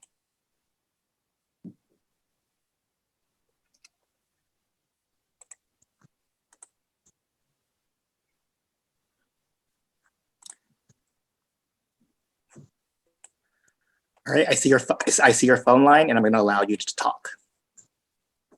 Good morning. Sorry about the technical glitch. My name is Tony Risk. I'm Director of Engineering with the San Joaquin Area Flood Control Agency. I appreciate the opportunity to watch and listen and learn from the esteemed board members. I do have just one small question to follow up on the comment that Mr. Brandt said a minute ago, and that is the Sacramento-San Joaquin valleys are evolving. The Delta is evolving. It is so true. I would appreciate a bit of clarification or input on how the San Joaquin versus Sacramento portions of the Delta have evolved in the last 10 years. And what do we see happening in those two regions? And of course, I am biased. My primary responsibility is to the San Joaquin portion of the Delta. With that, I thank you all. I'm going to go back on mute. And this has been a great, great morning. And I thank you all so much. Thank you. I think that's a huge challenge. And the Sacramento and San Joaquin have been very different in the last 10 years, has seen very different issues. And I think that's part of the advancement we've had is we recognize the different kinds of watersheds that are feeding into the Delta and how they contribute. For many years, it was all about the water in Sacramento and providing water flow through or outflow from the Sacramento River Basin. And the areas that can be restored to shallow wetlands are more in the Sacramento River Basin. So that's a big piece that we have. So I'd say that that's the piece. On San Joaquin, I think well, that's been a point of conflict. When we negotiated the San Joaquin River Agreement originally in 1998, the first one that supported the Vernalis Adaptive Management Plan, we had people from the San Joaquin River, the tributaries, saying, well, we're not connected to the Delta. They wanted nothing to do with the Delta. So they agreed to this. We paid $4 million a year to give some water for 30 days in the spring. But they kind of denied any connection to the Delta. I think in some ways that's come true. It's led to conflict, that there is more connection between the San Joaquin River and the Delta, or there is at least the State Water Board is pushing for more connection, and to recognize responsibilities for the Delta upstream on the San Joaquin, not just on the projects on the Sacramento. So I think that's the challenge we have. It's still in process. We'll see what happens. Voluntary agreements, all those kinds of things. We've got projects, they're flood control and San Joaquin County and building in the Delta near some of French Camp and the town right near French Camp. Building some of those on Delta Islands, Delta Breeze or something anyway, building these huge levees. So there's all these challenges, very different approaches on the Sacramento versus the San Joaquin. I think because you've got Stockton there and the San Joaquin right there in the Delta, I think that's the challenge you have of trying to deal with very different kinds of questions. I think that's the challenge of the science board, is to kind of look at those kinds of different questions. They're different questions and hopefully different answers. So I think that's the challenge. I appreciate you raising that question, but we haven't figured that out yet, how to deal with the San Joaquin.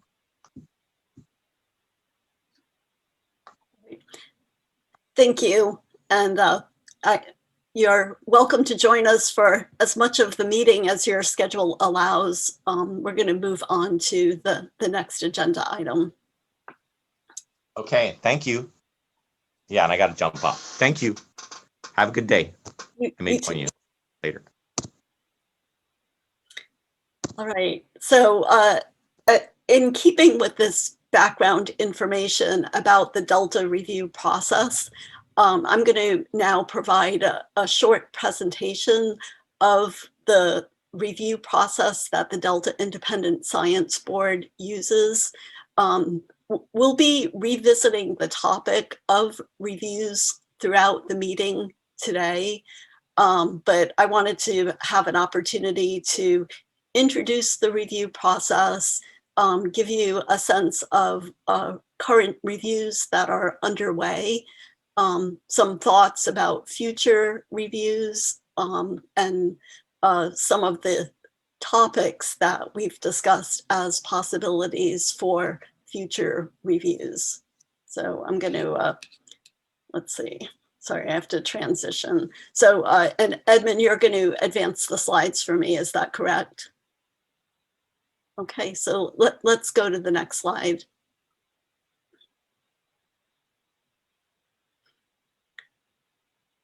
So basically, I'm just building here on the presentation by Alf Brandt, again, highlighting the statutory role of the Delta ISB in providing oversight of the scientific research, monitoring, and assessment programs that support adaptive management in the Delta through periodic reviews of each of those programs. Early in the term of the board, we realized that it would be near impossible for us to review each program individually. And so we set a course of reviewing programs by themes, as well as reviewing important science documents, such as the Delta Science Plan. Over the years, we have produced several thematic reviews that we've provided to the council, and they're available on our website. Beginning in 2013, we completed a review on restoration. We've done a review on fish and flows, adaptive management, levees, Delta as an evolving place, water quality, and most recently, we've completed a review of the interagency ecological program. Next slide, please. And the purpose of these reviews is to evaluate the state and adequacy of the science. These reviews have many different goals. So they are aimed at recommending forward-looking strategic science priorities, identifying important gaps in knowledge, increasing scientific credibility, improving research clarity, advancing the debate about Delta issues, and seeking ways to improve the connections between science, management, and policy in the Delta. And we as a board, our role is really in the realm of science, and we do not, we stay pretty close to that realm and avoid making or recommending any policy decisions. Next slide, please. So our process has also evolved over time, in part because we discovered early on the importance of engaging the Delta community in the review process. So the first step in the review process has always been to identify relevant thematic topics. In the beginning, we focused on the chapters that were included in the Delta plan. That gave us a nice structure for looking at different science programs and how they fell under the headers of those chapters. We also provided reviews that were based on science panels and science discussions that were occurring within the Delta community. Early on, we did not write a prospectus of our reviews, but we did decide along the way that this was one of the ways that we could engage stakeholders. So instead of completing a review and then providing a final product to the community, we thought it would be important, that it was important to engage stakeholders early on. So we now write a brief prospectus on each topic and the goals and methods that we'll use in the review process on that topic. This is shared with the public, and there's a public comment period, and then we can incorporate public feedback into the review process. The third step in this process is developing a draft review that is also available for public comment. And then based on public comments, we sometimes alter the review or incorporate information that we were not aware of during the review process. Sometimes that's a mechanism for new sources of information to be brought to us. And then we revise accordingly, produce a final review and report that we share with the council. Another thing that we learned along the way, again, about connecting to the community, is the importance of outreach, and that the completion of the review doesn't end when the written document is produced and delivered to the council. We have along the way adopted various ways of incorporating outreach processes. These can involve a range of things: presentations at meetings, meetings with specific stakeholder groups, sometimes having in-panel meetings, etc. We also typically develop a 1 or 2 page document that gives sort of the high level outcomes from the review. And here, shown on this slide, is an example of one of those brochures that was developed out of the monitoring enterprise review that was completed in March of 2020. Next slide. So these are just some examples, but I thought they would give you a flavor for the board's work. So in terms of recent thematic reviews, these would include the review of the Interagency Ecological Program, or the IEP, which was completed in November of 2019.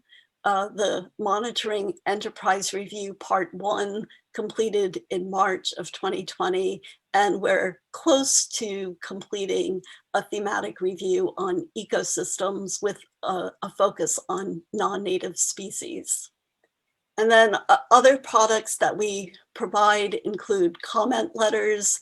Again, I've just included a couple of examples here. So recently we have provided letters preparing for accelerating and uncertain environmental change, as well as urgency and opportunities for improving interagency science and technical integration for the Sacramento-San Joaquin Delta.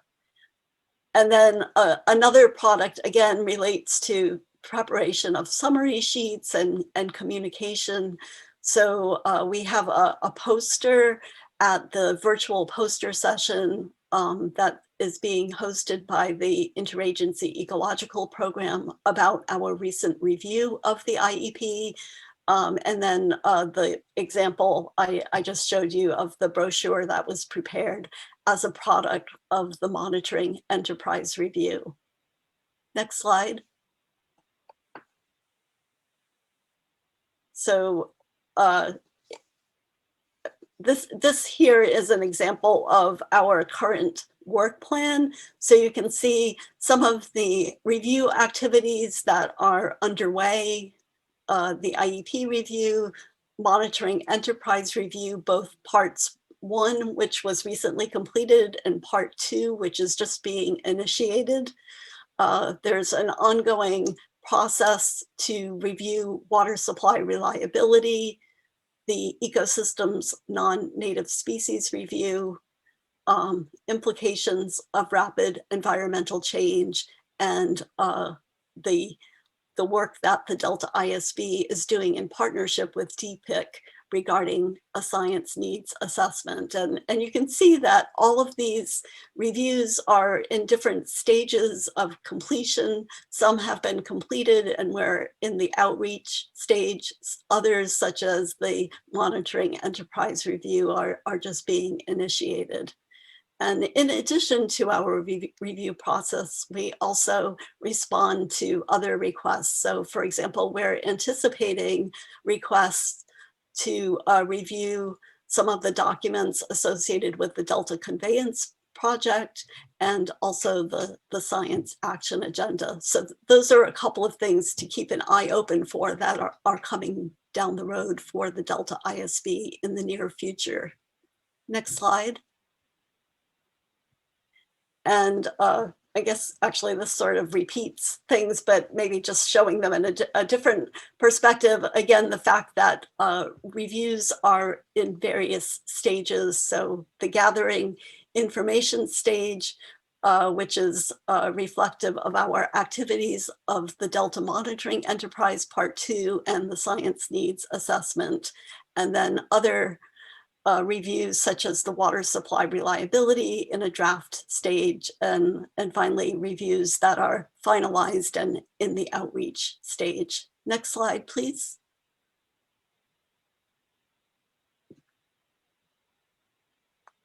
Okay.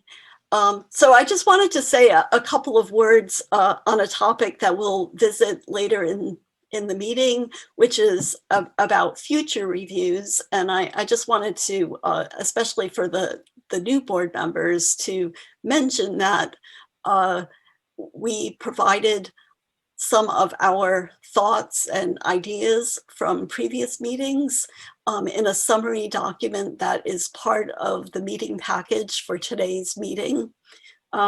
We have talked about potential topics, but we really encourage you, the new board, to think about areas of interest, areas where you have capacity in terms of the talent and expertise on the board, and also being responsive to the needs in the Delta science community and of the Stewardship Council. A few examples of potential topics we have discussed is to have a follow-up water quality review that would focus on the interaction between water quality and hydrodynamic modeling. If that review goes forward, Joe Fernando has agreed to lead it. We've also discussed the possibility of a review on subsidence reversal, and Tom Holtzer has agreed that he'd be willing to lead that. There's maybe a request down the road to review the Delta Science program. And also there's a continuing need to think about climate change. And I think either climate change as a very broad topic or perhaps specific aspects of climate change may evolve out of the science needs assessment. Next slide. And so I just wanted to, again, kind of lay out the processes that we use in the review process and give sort of a sneak peek to some of the reviews that we'll be discussing later in the meeting, as well as encourage board members to think about review topics for the future. And so with that, I can take a few questions. And again, this is an important board activity that will be visited in many different realms. So any questions or comments? Jim has a question. Liz, I'm sure all the new members have lots of questions at this point. I'm just going to ask two. The first is, are all the reviews and other documents in one place that we can start reading? And the second question is, when you do reviews, like a review of the Interagency Ecological Program, this is a big program that's been going on for decades. Do they have opportunities to respond to your review, and do they respond? Yes. So the first question is very easy to answer. In fact, I think Edmund either has or will provide you with a list of all of the board products, and that list is in the form of a Excel spreadsheet, but it has links to the products. So we'll make sure we deliver that to you if you haven't received it already. And then yes, we definitely have opportunities for interaction and responses from the groups that are part of our reviews. So in the case of IEP, we've had several meetings after our review was produced with the leadership of the IEP, and actually we're continuing to work with Steve and Stephanie, and I guess we had hoped that we might have some additional interaction with the IEP, but definitely the process doesn't end when we complete the reviews. Actually, Vince, I didn't know do you want to say a couple of words about the outreach that we've been doing with IEP? Maybe it would be more appropriate for you to answer that. Yeah. Well, at various stages during the report, especially at that review of the draft, we had a lot of input. We had a lot of comments. One of the problems is just the exchange of information, of getting reports that are coming out on a basis that sometimes were delayed and didn't come to us in time to actually follow through with the time that we had hoped to. But the biggest thing has been the shutdown because of the COVID virus, that we really haven't been able to meet with the IP directors as they had requested. I'm going to talk a little more about this after our lunch break, some of the issues surrounding that. But as Liz said, I mean, there's interaction continuous, certainly on our part. Thank you. Other questions from board members, incoming board members or existing board members? Liz, I don't know. Just wanted to add one more comment to your summary presentation, and that is that an important part of what we also do, which is may not be for a while, is we try to get out in the field when we're having our meetings. At least once or maybe twice a year, we hold one of our in-person meetings out in the field somewhere in the Delta. And that gives us a really good opportunity to meet directly with stakeholders and have them guide us through various sites, and really gets people, particularly who are not familiar with the Delta, sort of that hands-on feeling of what the Delta.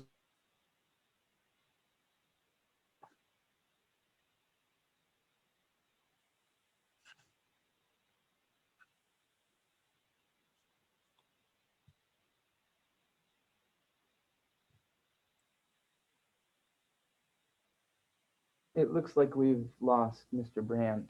Does anybody have a way of getting in touch with him? While we're waiting for Steve to come back, perhaps I could just ask a follow-up question. Is that okay? Sure. Oh, there's Steve. There's Steve. Oh, I didn't know I disappeared. Yes, you froze, so we didn't. I guess we heard the beginning of your comment, but about our efforts to have meetings in the Delta and do field trips, but maybe you could share the second part of your comments. The purpose of the field trips in many respects are not only to get familiar with the Delta itself, but to interact with the stakeholders. And they are usually aligned with one of the reviews we're doing, so we can get some better look at something that we're looking at and studying, and then interact with the stakeholders and users out into the field. So they've been a very valuable part of what we do. Yeah. Thank you, Steve.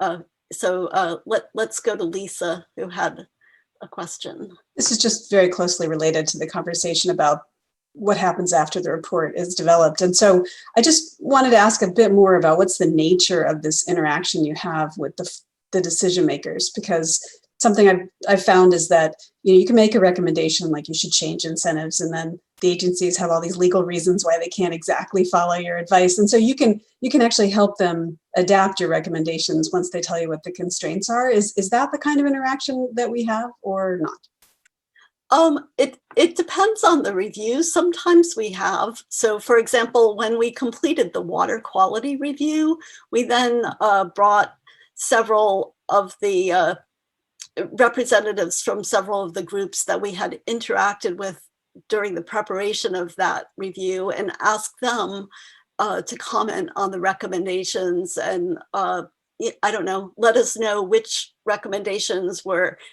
low-hanging fruit and easy to implement, and others that were more challenging, and what the challenges were. So it just depends on the review, and we've sort of addressed outreach in a lot of different ways over the years.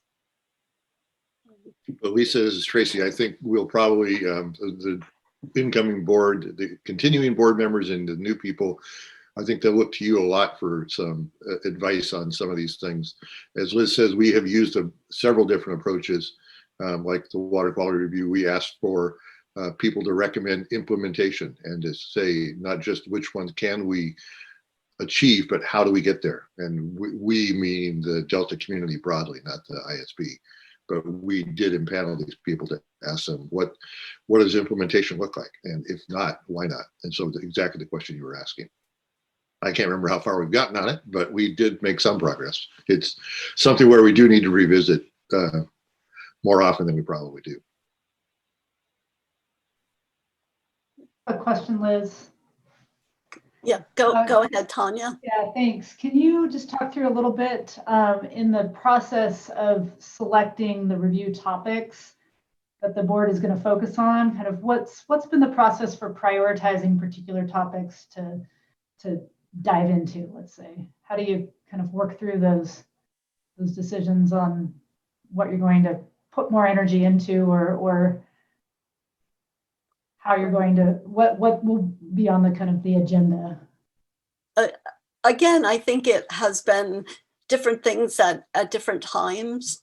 Sometimes we've had a lot of our work be focused on mandated issues, such as when we were reviewing the BDCP documents and water fix documents. Other times I think we've had more flexibility.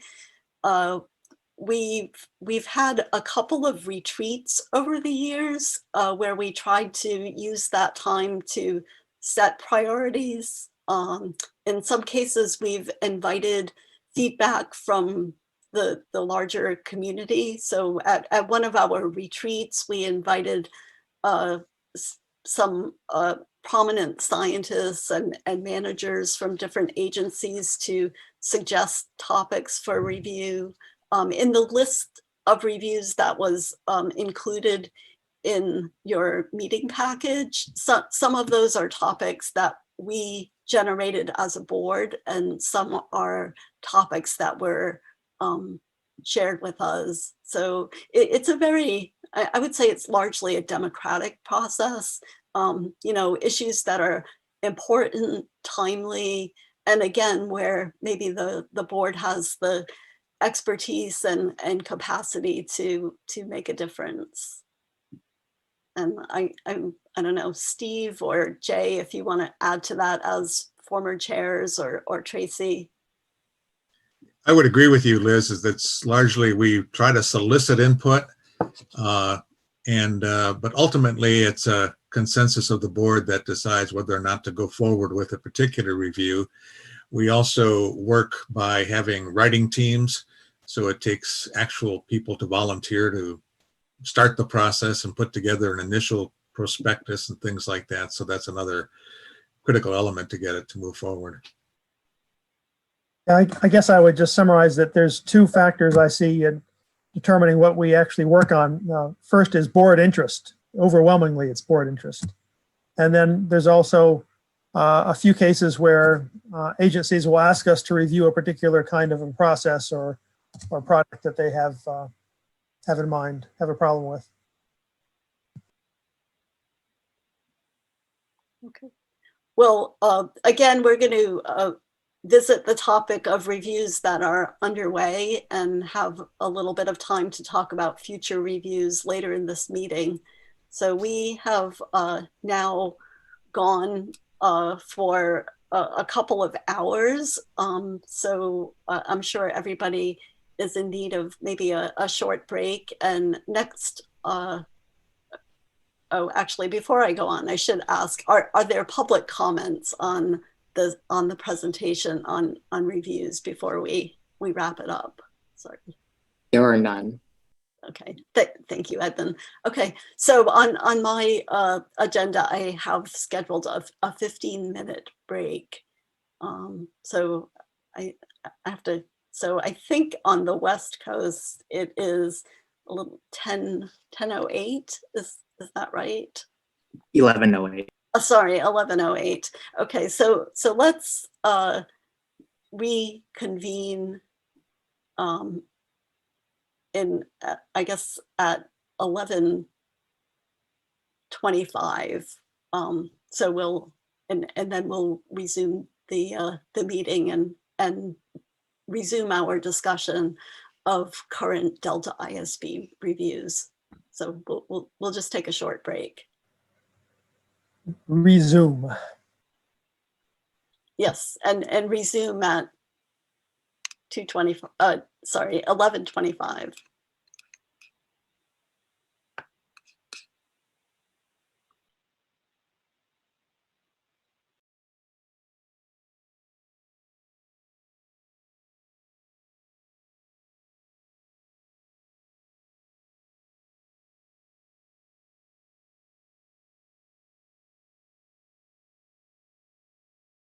Say a few words to the board. The Delta ISB is very excited about having Dr. Larson join the science program as Delta lead scientist, and we're confident that she'll bring lots of fresh perspectives as well as her broad expertise in other systems to discussions of science in the Delta. So Dr. Larson, if you'd like to say a few words. Yes, thank you, Liz. And it's great to see all of you in put a face to the names of the incoming board members in particular. And I look forward to meeting with each and every one of you in the near future. I am entering this position as an associate professor in both geography and civil and environmental engineering at UC Berkeley. Although presently I'm on sabbatical in Finland. My situation is such that I will be starting in the new position on September 1st on a part-time basis, and will remain in Finland until the end of the year. And then I will be full-time starting in January. But a little bit about my past research. So my area of expertise is really trying to understand and delineate environmental feedbacks, particularly feedbacks between flow and sediment and vegetation dynamics. Before I became a professor at UC Berkeley in 2013, I spent about 5 years at the U.S. Geological Survey in Reston, Virginia, where I was primarily working on Everglades restoration projects, particularly those focused on setting target flow velocities for maintenance and restoration of landscape structure there. And while I was there, I also got involved in some stream restoration and water quality studies with impacts on Chesapeake Bay restoration. And so I'm glad to see that among the incoming members in particular, there are representatives who have experience in these other ecosystems, and look forward to talking with you about how we might incorporate those experiences in our approach to the Delta.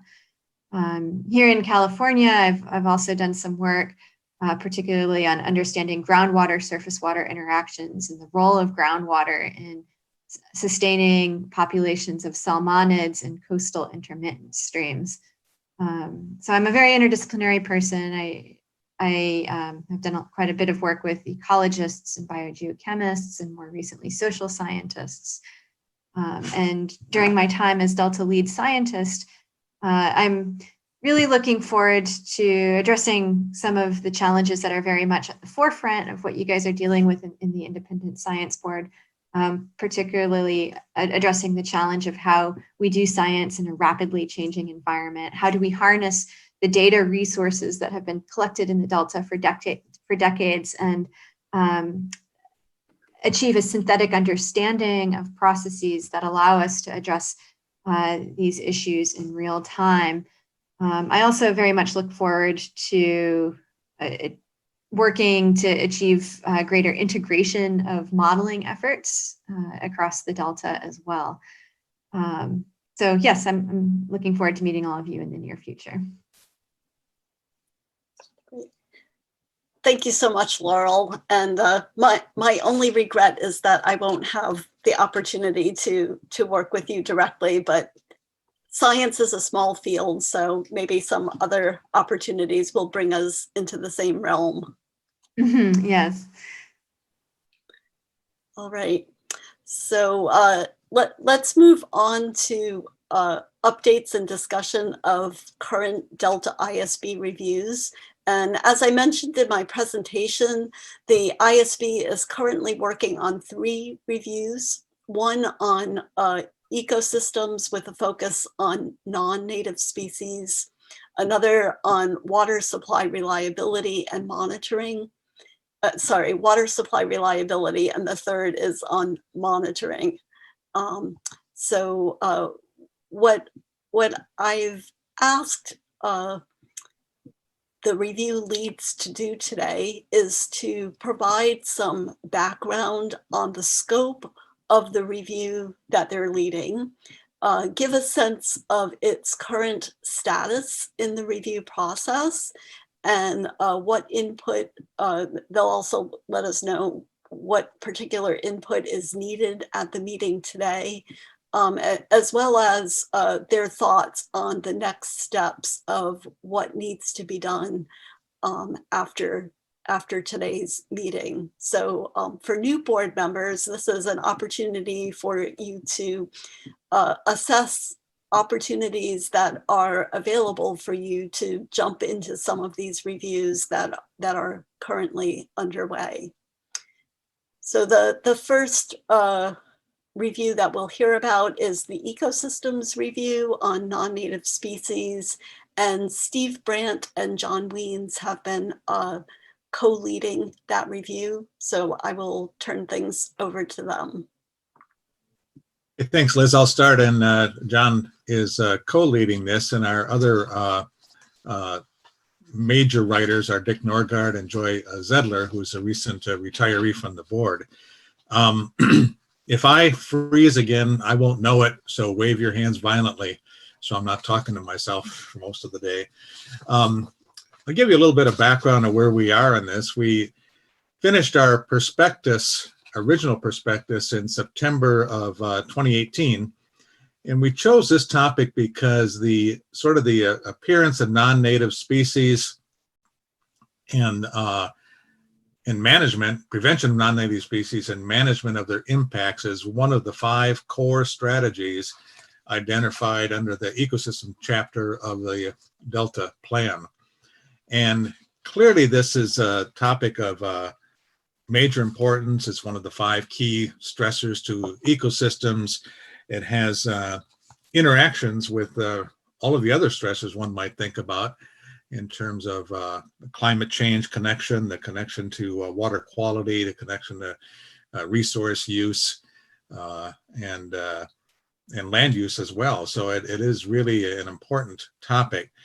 I think in our original prospectus, we talked about discussing items like species turnover and what invasive species or non-native species have to do with that, the impacts on ecosystems, the connection to ecosystem restoration, the stressor interactions, and so forth.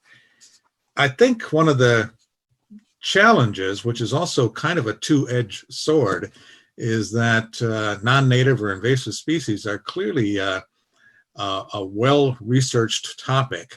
And there's been a lot done on it, both internationally, nationally, statewide, and even within the Delta. And that's both good and bad, because our first step was to begin to look at the literature. And the literature, as you might expect, is extensive. There's over 100 references just related to corbicula, one of the invaders, the Asian clam. And there's also a lot of well-studied processes for dealing with invasives and non-natives. There's the National Invasive Species Council, the California Invasive Council, who has spent a lot of time looking at how to deal with individual invaders in particular, and a lot of strategies as well as a lot of science has been worked out on that. So that challenged us to try and do something that's valuable and that could be done within the time frame that we had and relates specifically to the Delta. The first step in the process was looking at the literature, and with the help of Madison Thomas, who was our Sea Grant Fellow who was assigned to us on this particular review, we had put together a annotated bibliography of about 300 or so references, and that kind of led the way. We held 2 science panels. Jim was a member of one of our panels. We held one 5-member panel in December of 2018 and another 5-member panel in March of 2019. And they were all people who were very familiar with the California system and gave us some really good insights on what some of the top scientific challenges might be related to non-native species, particularly related to non-native species in the Delta. With that as an input and with our review of the literature and that, we put together various drafts of a review. Those drafts have been shared, of course, with the full Delta board. Various times we've received input back and forth through that and have revised those recommendations and that review a number of times. Most recently, we between our last, I guess our last meeting and prior to our last meeting, we specifically asked for detailed comments from each of our individual board members. We also went back to the 10 panelists and asked them to do a thorough review of our review. And we got a lot of excellent comments on that. We did a major revision, and not all of that was content. In fact, there was mainly the revision mainly related to making sure that our findings were connected better to our recommendations, making sure that we were separating both the policy and the science issues, so that our recommendations on science were clearly related to science. And of course, it's very difficult sometimes to sever the science and the management related to these topics. Our review is currently titled The Science of Non-Native Species in a Dynamic Delta. We talk quite a bit about the general issue related to non-native species and how it changes the species pool, how it's an ongoing activity, and that the approaches to dealing with non-native species really is done in a couple of different ways. One way is looking at individual species. How do we prevent new invasions of an individual species, and what's the impact of that individual species? There's a lot of science associated with each step in that process, such as risk assessment and figuring out which species might come here, and if they monitoring to find out if they've shown up. If they have shown up, then how do we eradicate them? How do we monitor for them? How do we minimize their impact? And then finally, how do we adapt to their presence? And then there's the second component of this is looking at the ecosystem itself. How do you manage an ecosystem where there's a constant change of a species pool, it's a dynamic system, and a dynamic system that might be further enhanced by things like climate change. We specifically also looked at the relationship of non-native species to things like restoration, because that clearly is an integral part of any kind of restoration. So we completed that revision and sent it out for formal review back in about mid-July, and that is still out for formal, I should say, public comment. It's out for public comment now. We're also asked the board members to have another look at it in great detail, and you're also welcome, the new board members as well. And the public comment period ends on August 24th. And at that stage, so far we haven't received any public comments, I think, as of yesterday. But by August 24th, we'll get our public comments back, any further comments from board members, and see where we sit in terms of the next revision on this. Optimistically, one could argue that maybe if we get very few comments back and we feel comfortable with it, we could put it forward for board consideration at a September meeting. I'm an eternal optimist, and that's my optimistic view. So it could go back into the hopper and for some major revisions, depending on what we hear back. So that's a brief summary of where we're at. What we'd be looking for, of course, is as we move forward in this, if anyone has any particular interest, like I say, I know Jim was on our panel and has provided extensive comments on this particular review at this stage. John, do you have anything further you want to say on this? Need to unmute myself. No, I think you've covered it pretty well. I think we're at a stage where, as you say, we want to get the comments from current and coming board members, public comments. We want to then look at that and assimilate it. And I think since there's very little time left that people like me will be on the writing team, Dick also will be going off. I think we'd like to really do a very rapid assessment of where we stand and a rapid revision to the degree that is possible, and try to get things close to finished up before we're finished up on this. That may be optimistic, but I think it's a doable sort of thing. I think we make a number of recommendations in the current draft. My own view is that we need to revisit those recommendations, think about them a little bit more, and try to condense them down into the key recommendations. There's always been sort of a tendency to have 20 recommendations that you can think of in a report, and they're more effective if they're 5 or 6 or 7, less than 10 recommendations. I think that the issues really are fundamental issues about non-native and invasive species everywhere. How do you anticipate who's coming next? How do you differentiate the non-natives that are going to cause harm and cause trouble and become invasive versus those that simply blend into the system in some way or another and don't disturb it in ways that affect human interests or the ecology of the system. And I think in our recommendations, we try to highlight those areas of thinking about non-native species that really require some coordinated and concerted efforts so that they do fit into planning, and dealing with non-native species becomes more proactive and less reactive. People didn't know nutria were about to come, but they did. And looking back, of course they were going to come. They'd come before. Are there ways to anticipate and prepare for them, and to assess which are likely to be problems and which aren't, and to prioritize the efforts that one makes toward dealing with non-native species? So these are the kinds of issues that we're addressing there. We don't provide solutions for them, but we do want to highlight these aspects of the issues.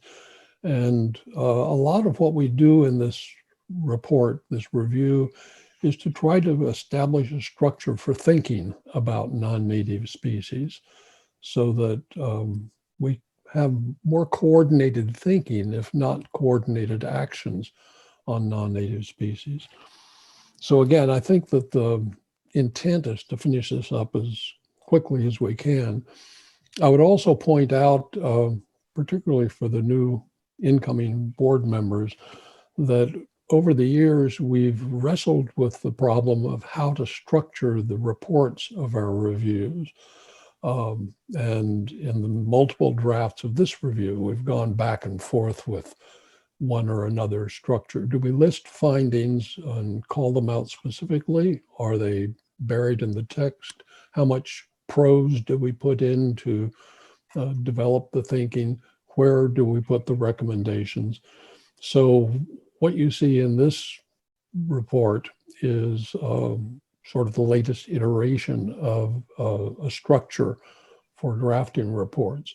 These will obviously differ from thematic area to thematic area, but I think particularly for the incoming board members, if you look at the previous reviews, almost in a time sequence, you can see the development of a structure there, and it is good perhaps to be thinking about a template for future reviews in terms of the structure, so that in particular, those people who are going to be picking up the review and reading it and reacting to it and hopefully acting upon it don't have to fight their way through something that's different each time. So I think I'll leave it there. Yeah, thanks, John. I'll just say one more. You reminded me of one more challenge that we often face in these reviews, and that's kind of the level of detail one goes into. And for example, in our case, some of our first versions, by going into the literature, you could have many, many, many recommendations. Just think of the sampling technology to assess by satellite or remote sensing in terms of aquatic vegetation. There's a whole number of specific recommendations you could make at that level. So I think we've often, as a board, decided to take a higher level look at the recommendations. But there's always the caution, at least in my mind, if you go too high, then those recommendations can apply to any ecosystem. And maybe that's okay in some cases, but I think so that balance between being too general that it's not useful to too specific that it's too specific. So I guess Dick, you're on this writing team too. Did you want to add anything or? No, I think this has been an interesting review, partly because we have gone back and forth so much among ourselves as to just what do we want to say and how we want to say it. And simultaneously, I've been leading the thinking on rapid change, and sort of as you push more towards rapid change, then the problems of an invasive species look different. And sort of playing back and forth on that interface has been difficult. I think also this has been a better review of the literature than an actual review of what is being done in the Delta. And I think that's been a challenge in this review more than other reviews, and I'm not quite sure why, but it's still an issue. Dick, I just wanted to chime in there a little bit. I think one of the things we talked about in our last meeting was that in this review, in our perspectives, we were going to do questionnaires and interviews, but in fact, we did the panels, but we never did the broad questionnaires or interviews. And I think that's led us more to a literature review rather than trying to find out what's going on in the Delta. Yes, that's true.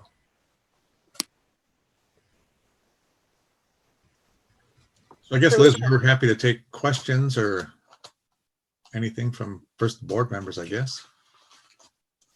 Yeah, I was going to open up the floor to the board members for questions and or comments. I have a question. I'd be interested to know if you also include recommendations for next steps beyond this review.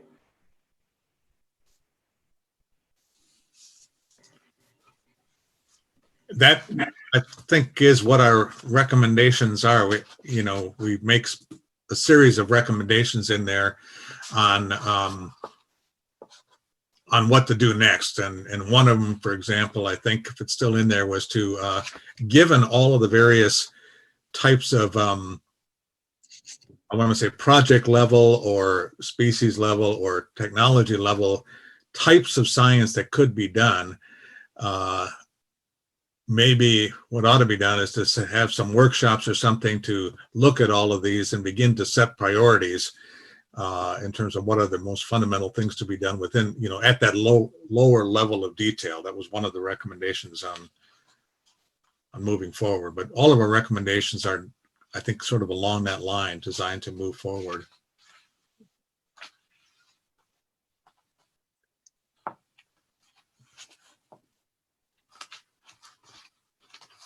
I guess I'll just ask a question, Steve. It follows up a little bit on Tracy's comment that this review is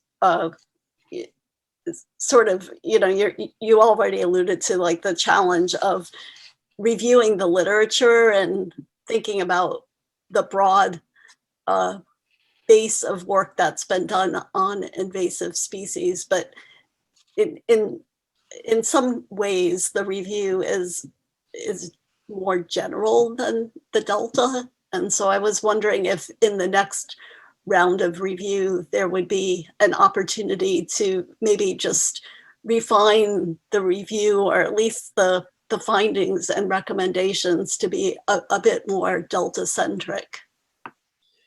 Yes, I think that was one of the comments we got before this latest version. And we did do that in this latest version, but it would be interesting to see if people think we've gone far enough in that direction. So if you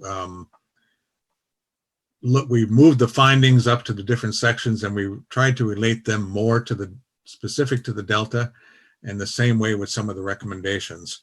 So, but maybe we haven't gone far enough in that direction. So I'd be interested in your thoughts on that. But we did add that based on comments we got. Let's see, Jim has a question, and then we'll go to Tanya. Steve, you said something about interviews. Could you tell us how these interviews go, who you interview, how you use the interviews, and why did you decide in this one not to do interviews? Well, I'd be interested in some of the other members who have actually done interviews on some of these topics. I know that there have been interviews done with the IEP. There will be interviews done in the monitoring review. We don't always do interviews. We did no interviews when we did the fish and flows. I don't think we did. I'm trying to recall, Joe, if we did any interviews, but I don't think we did. No, I think we did. We did. Okay. In part, you know, I think it was that we were relying on the panelists to provide us with their perspective. And so we asked the panelists those questions and they gave us an opportunity to do that. In part, an interview can help us, I think, get people's perspectives on what might be missing and what might be the priority science areas. And I think one of the challenges with this particular topic is it is so broad. And when we talk to individuals about aquatic vegetation, for example, there's a tremendous amount of information that comes back in terms of the types of science that could be done dealing specifically with aquatic vegetation, control, restoration, and monitoring. And you can do the same for fish. You can do the same for a whole number of those things. And I don't know that we made a conscious series of points of why we didn't do interviews, but I think we felt that the panelists and the literature would probably give us better information than a survey of people's opinions about what the science needs are. Just given that there's been, as you know, whole workshops on aquatic species vegetation as one example, and others as well in the Delta. John, do you have any further insight? No, I think you're right. I think that part of the problem that we encountered on this was that as soon as you begin to deal with non-native species, it very quickly moves toward very detailed discussions of very specific species in specific situations. And we wanted to stand back from that rather than get down so far into the weeds, so to speak. Now, maybe we've stepped back too far, but at least in my own perspective, as we looked at it, we saw a need to establish some broad ways of thinking about non-native species, and to use that as a framework for moving forward that perhaps would bring a more unified approach rather than a situation-specific approach to dealing with non-native species in the Delta. And I think also that you can go on with interviews and questionnaires, and at some point you need to simply say, okay, we have enough and we need to tie it up. None of these reviews is a final statement on the state of science in the Delta. It's a progress report in a sense, or a statement of what we see right now. And each of these reviews ought to serve as a launching pad in a sense for further work on the science, further development of the science in those areas. And I think that I would hope that what we've done in this review is to provide that kind of framework for moving forward rather than a very specific set of do this, don't do that kind of recommendations. Liz, could I make a comment about the interviews? Sure, and then we'll go on. Tanya had her hand up, but I think you can jump in now, Tom. Well, it gets to Jim's question. Like I said, I've been on the board almost 3 years now, and the first time, I think it was with IEP, I got asked, well, in fact, the whole board got asked to participate in the interview process. And I think that's actually a very important thing because the writing team, of course, is the most focused on the report. But by doing the interviews, it enables the whole board to participate in the process. And I know I learned a lot about IEP in that process. And then we did the same thing with the water supply reliability. And the other aspect of it is not only do you learn a lot of stuff, but because you're talking primarily to people who are involved in the Delta, either as managers or scientists, or somebody with a long history of involvement, you get a very Delta-centric perspective. So it helps you focus the report. Thanks, Tom. Let's see. Let's go on to Tanya's question. Yeah, thanks, Liz. This may be a bit in the weeds of the process that you're doing when you do a literature review in particular, but especially when you're grappling with so much the broad base of literature, do you have a process or a mechanism by which you're looking at the kind of the quality of the literature, or what's getting more citations, where there's the preponderance of evidence, when there's conflicts in the literature? How do you kind of sift through some of those scientific debates and differences, or look for where there's more evidence or higher quality evidence perhaps, as you're coming up with the findings and recommendations in your report?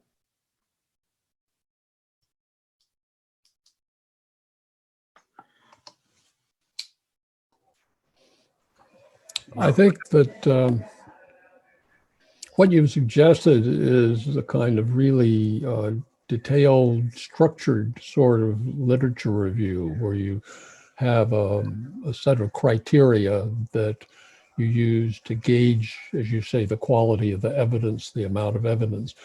Our approach to the literature was not so highly structured, but more to look at the literature simply to say, what is a general sort of information that comes out of this that bears on the specifics of non-native species in the Delta, or bears on the general ways of thinking that people involved in this much more broadly have done.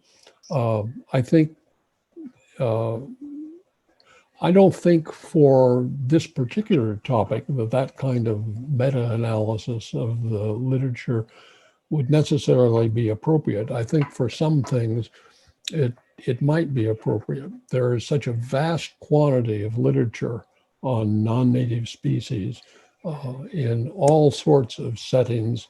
It's itself a very controversial area. There are intense debates that have been going on for more than a decade about whether every non-native species is bad and should be eliminated, or whether most of them are benign and it's only a few bad characters. And people have established camps and reputations based upon their positions. We chose not to go there in terms of getting into those kinds of debates, but simply in that particular example, simply draw attention to the fact that it is not a given that every non-native is something that needs to be eliminated, that making that determination is part of the science of assessing non-native species. And our recommendations deal with how does one put in place a framework for making those determinations in a proactive way rather than a reactive way. But I agree that in some situations, that kind of in-depth quantitative analysis of the literature might be appropriate. And I think it's something to keep in mind for future reviews. Yeah, I think this whole conversation brings up the fact that we do reviews differently. It's usually the board as a consensus that determines whether or not we do a particular action item or not. But sometimes we have panels, and in our case, in this particular one, I think the 10 panelists that we chose were probably the 10 first people we would have sat down with and did an interview with. And I think that in some cases there are external surveys, in some cases there are interviews. In other cases, there's a workshop. The levy was, I think, a full-day workshop that was done, an on-site workshop. And so there's different models and different methods depending on the question, depending on the goals of the particular review on how one might best approach going and doing that review process. And in addition, I would add to that some of these interviews and panels and things basically let us focus into certain areas of need for Delta. So when you start looking at a certain topic with so much literature, it's become a full-time job, probably, if you want to do a literature, more of an academic literature review. So when you talk to people and get what the Delta-centric issues are, so then you can start from there looking at what are the literature connected to that. So that way you can kind of constrain how much or how far you have to go. And that has been very helpful in sometimes.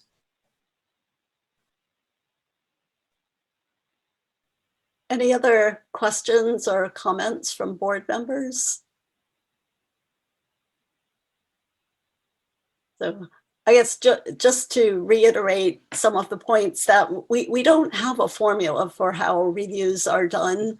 And there are lots of tools that can be brought to the review process, probably to tools that we haven't even used to date. So I think it's important to think about a given review and what are the best tools and modes for gathering information that is pertinent to that review. So in terms of next steps, Steve, if I understand, currently the review is available for public comment. We're encouraging members of the board, both present members and incoming members, to take a look at the review and provide feedback to you and John and the writing team by August 24th. And then the idea is to revise revise depending on how much or what feedback you get. And then the board will see the review again in September. Is that correct? yes, we'll see what we get and then revise it one way or another and then get back to the board with where we're at by our September meeting. Okay. Great. All right. Thank you, Steve and John, for leading the review effort. All right, so now we'll move on to another review that is underway, although not quite as far along, and that's the water supply reliability review. And Jay will update us, starting with a bit of background and then leading us into the current status of that review. So according to the legislation that established all this, our board and the Stewardship Council, there are co-equal goals for the Delta. One of them is water supply reliability. So after 10 years, we are doing our first review related to water supply reliability. And the focus is on the technical and scientific aspects of estimating water supply reliability in the context of major water users and water uses in California. We've had several panel discussions. We had an all-day workshop. We had a survey we put out to the public and to interested wonks. We've had a series of interviews with interested wonks. And this all very useful. We've compiled some information on all of this that'll be an appendix to the report. We've also been doing quite a lot of literature review. And the current state of the report is as an internal draft. The current board members in the last few weeks received, since the last meeting, received a copy to comment on. We've gotten comments back from a few of them. Hopefully we'll get some more comments back from the rest. And then the current plan is that we'll do another revision based on the comments from the existing soon to be past board members. And then there'll be a version that goes out as an internal draft again to the new board members. It seems inappropriate for us to have a public review draft that the active board members have not seen. So I want to have a chance for 1 to 3 months or whatever it takes for you all to be comfortable with this draft before it becomes a public review draft. During this time, I expect that we will also send a version of an internal draft to a few individual experts that might be people we interviewed, might have been people that were panelists or other experts on the subject, just as individual comments before we have a public draft.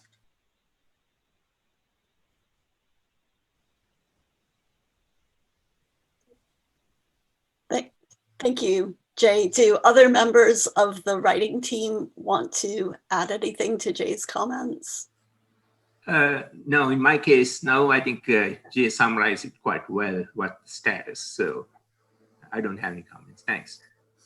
Yeah, I just might add that the co-equal goal thing is really kind of interesting, because when you get into water supply reliability, one of the things we learned was it's so interlinked with habitats and functional flows that the co-equal goals are almost like one goal when you get right down to it.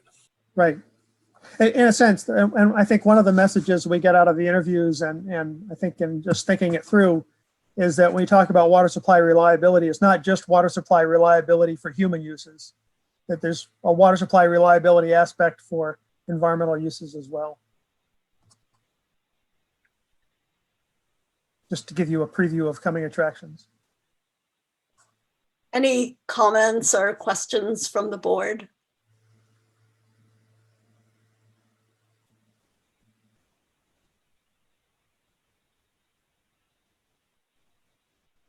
Maybe the current board members think this thing is getting ready for prime time, or should we just start from scratch again? I don't think you should start from scratch. A lot of effort has been put into this review, but it'll be, I think it'll be valuable both for the present board members to provide feedback on this draft, as well as incorporating the feedback of the new board members. What I find to be one of the hardest things about this topic is that it can be a very technical subject, but certainly the readers on the board and most of the readers in the scientific community and scientific managers have very little acquaintance with it. So I feel there's a need to have something of a tutorial aspect without being a burdensome tutorial, but also to have some connection to the management and the real problems that we have in managing the Delta and water supplies for all the purposes in the state of California. Maybe that tutorial. I don't mind taking a little extra time for people to look it over and comment and get comfortable with the subject. I was just going to say that maybe the tutorial can be part of the outreach for this review. Well, we had actually maybe for some of the board members, new board interested in this, as part of the workshop, we put out a tutorial, YouTube tutorial, as well as a summary document overviewing some of the issues.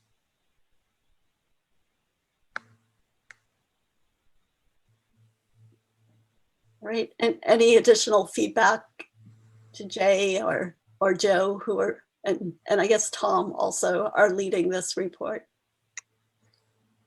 You look like a bunch of seminar students that haven't read the paper. I guess I'll say one thing.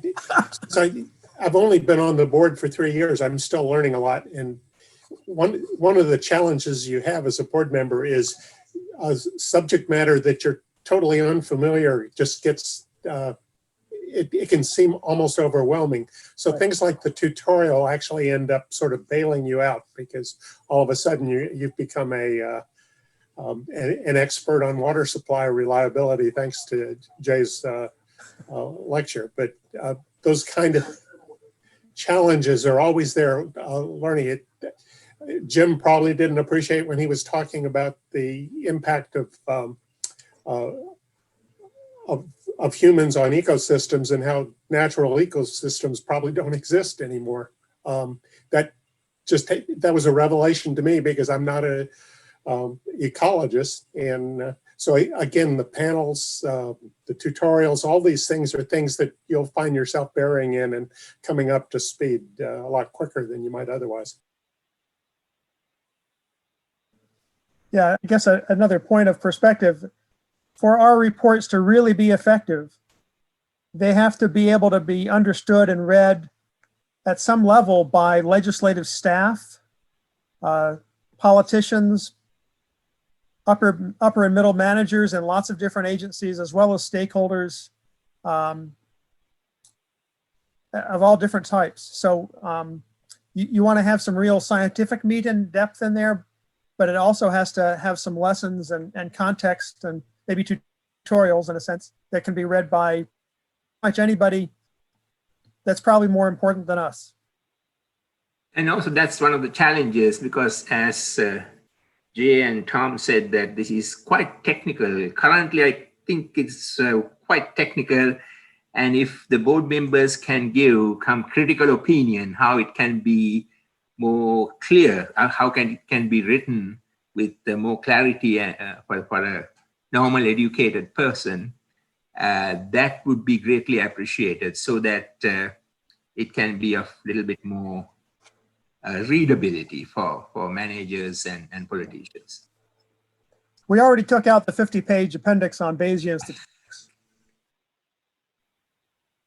as a joke. All right. Well, thank you, Jay, for the update. And we'll move on to the next review, which is the monitoring enterprise review. And Vince will update us on the status of that review.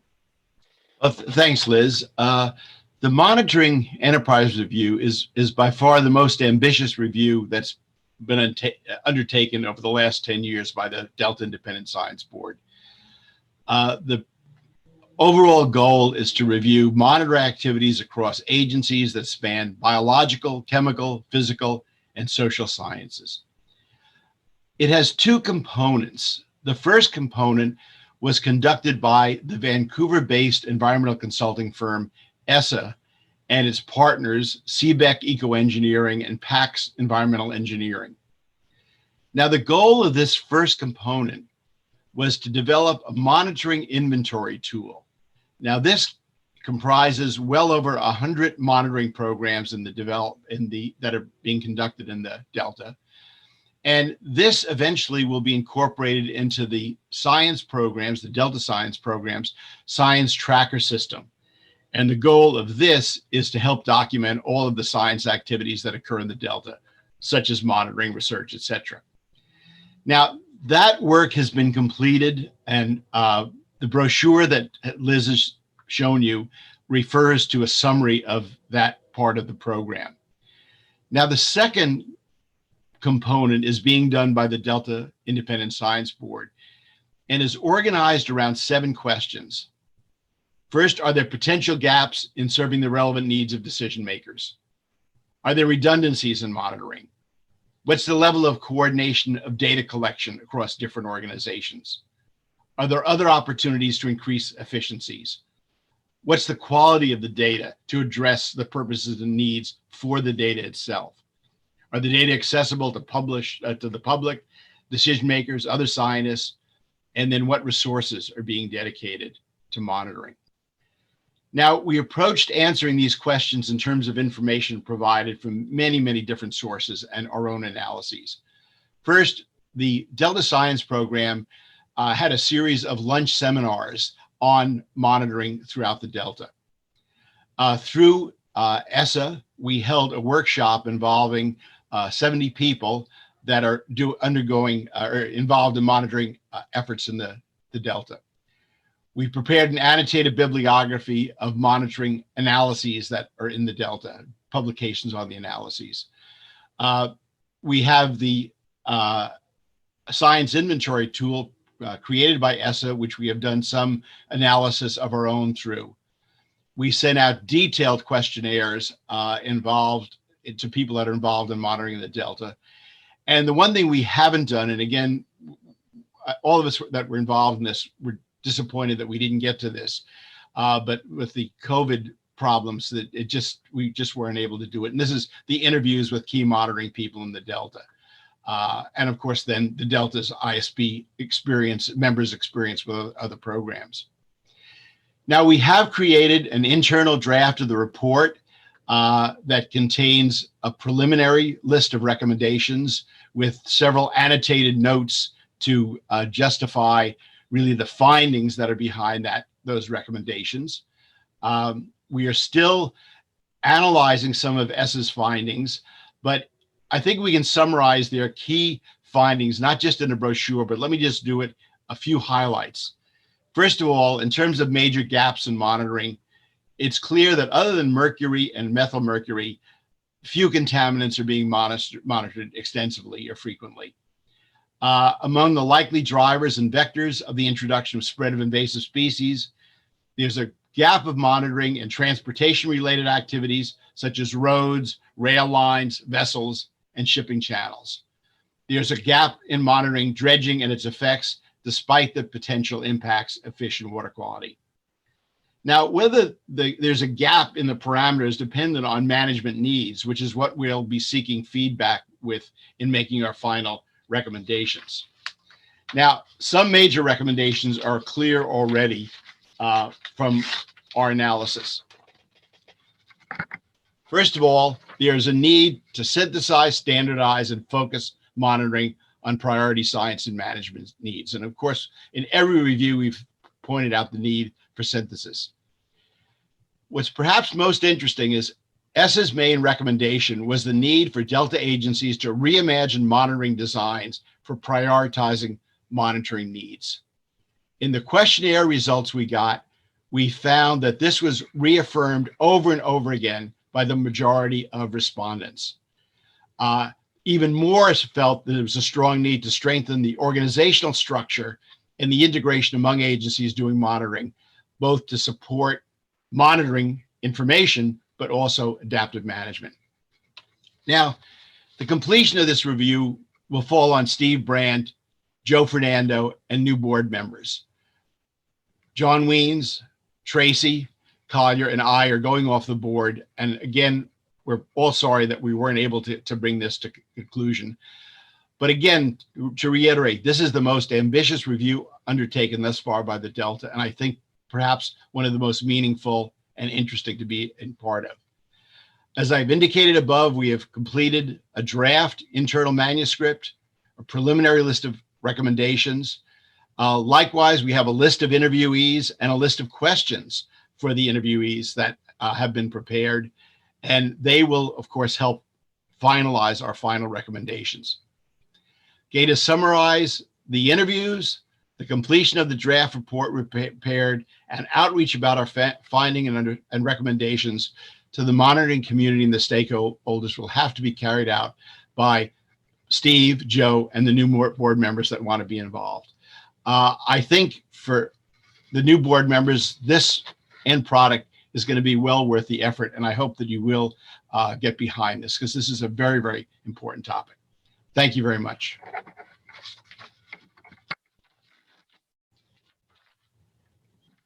Thank you, Vince. And I wholeheartedly agree that this is a very important effort, possibly one of the most important efforts that the board has undertaken, just because it touches on so many different aspects of science and management in the Delta. So at this time, I'll open the floor for questions and comments from members of the board, both present and incoming board members. So Liz, I'll just jump in and say, re-emphasize what Vince was saying, that I think it's going to be really important that the incoming board members, I think you need to take some time, look at the draft reports, look at the questions. Our expectation is that similar to what we did for IEP and other reviews, it would be really nice if all the board members going forward from September could be involved in the interview process. So you hear what people are really thinking about monitoring in the Delta. As anybody who's been involved with environmental monitoring, and most of us have, it's a really thorny question, and it's a really, the semantics of it make it difficult to even have conversations. So those in-person interviews, I think, are really helpful to get, especially it'll help you get grounded for those of you who aren't as familiar with the Delta. I'll leave Jim Kern out of that, obviously, but it'll really help people to get grounded and to go forward on what we think is going to be a really important review. And the scope of this review is enormous in that, you know, the contract that went to the consulting firms was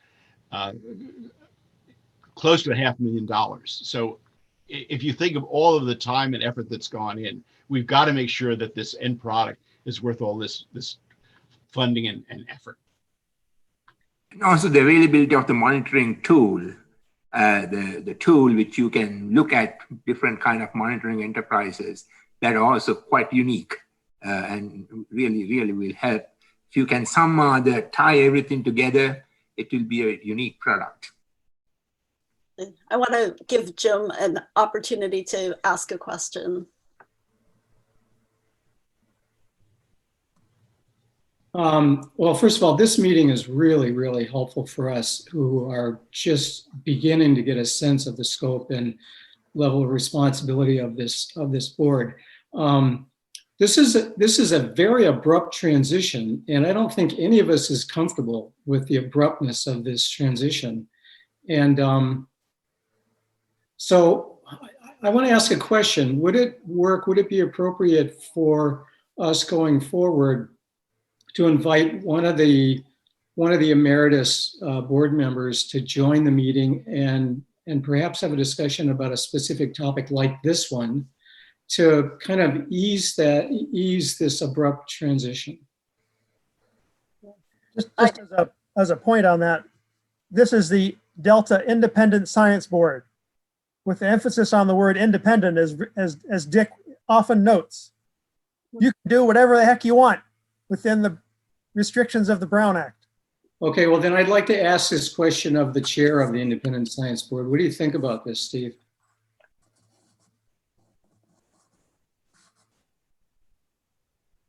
I think it's a great idea. In fact, we had planned to do things like that and bring some of these folks back in a formal contract way, but that's can't be done now, but we can certainly try and bring them back. I think as long as they're willing to do it, we would be more than happy for them to be involved in all of these reviews as we continue through them, because I think I'll speak for them, but I know that once you sink your heart into one of these reviews, you've put a lot of time into it. And I think it's just probably just as easy, just as difficult for them to turn it over as well. So completely abandon it. So I think that if they're willing to do it, I think they could be part of our overall continuation team on each of these reviews.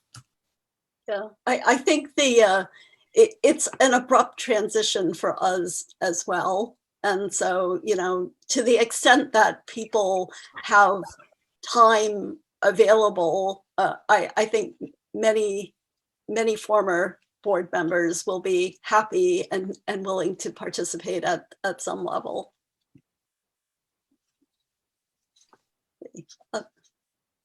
Dick is giving 2 thumbs up. Maybe we ought to get them to sign up right now. And other questions or comments from board members? Diane.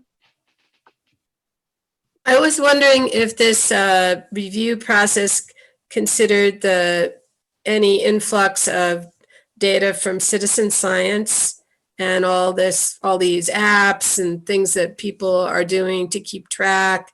That seems to be part of the future. There's a lot of challenges in terms of data quality and reliability and the whole thing, but it's on the horizon, and if not now. Yeah, we did. And in fact, this is one of our recommendations around citizen science. If you look at through a program that's run by the University of California, there's about 80 effective citizen science programs that they're monitoring in California. So yeah, we have that in the reports. we didn't delve into the data ourselves. That's not one of the things that we were doing. I mean, the inventory tool has this vast amount of information, but we didn't look at whether they're using the right levels of type 1, type 2 errors. That was well beyond what we did. But yeah, we did point out the limitations of citizen science as well. Thank you.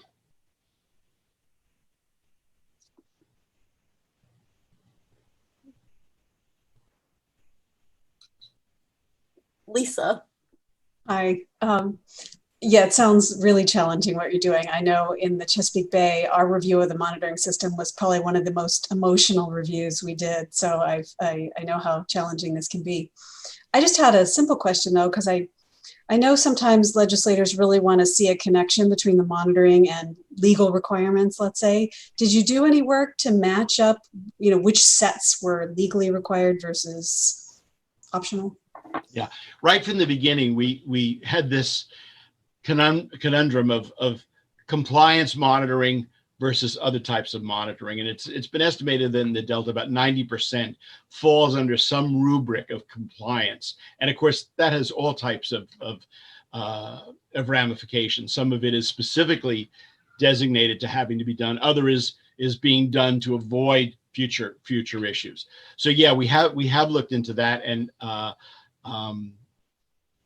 we actually decided not to make too much of a distinction between compliance and other monitoring, as much as looking at what was the purpose of the monitoring. Was it status and trends monitoring?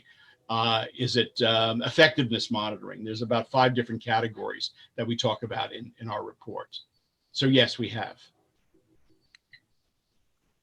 Whether we've done it to everybody's satisfaction, that's what the new board members will look at.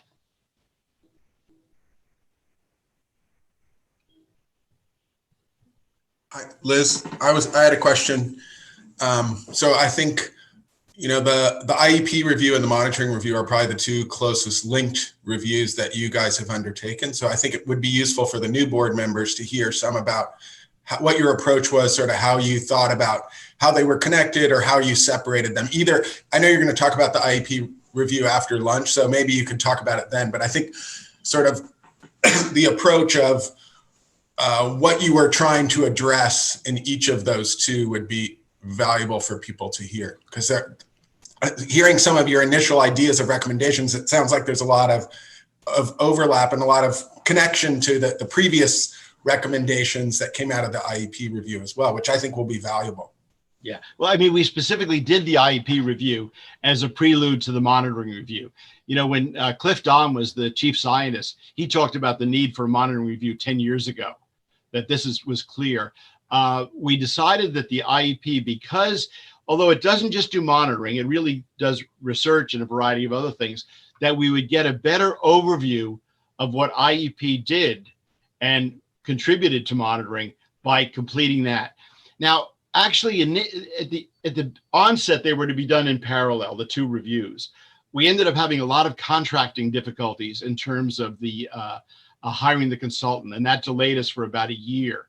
So we decided to go full force with the IEP review, getting that finished, and then using that information to lead into the monitoring enterprise review. Yes. So I have a different kind of question. I'm wondering, you talked a lot about prioritizing needs, having the data meet those needs. Can you hear me? And I wonder if there's a process discussed for prioritizing those needs. Did you get into that at all? No, we didn't.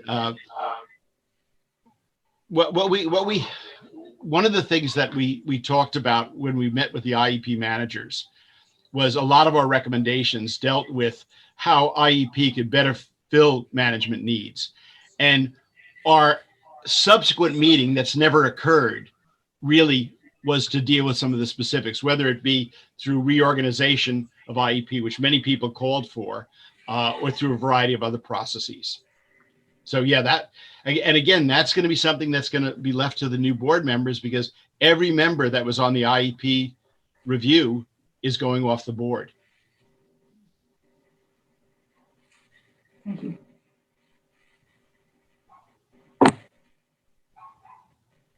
other comments or questions from the board?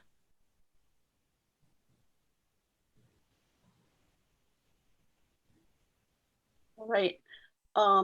Well, let's take a minute to see if there are any comments from the public. There are none. Okay. So at this time in the meeting schedule, we have a 30-minute lunch break. And so I'm going to call for a lunch break adjournment, and we will return to the meeting at 1 p.m. California time. Thanks, everyone.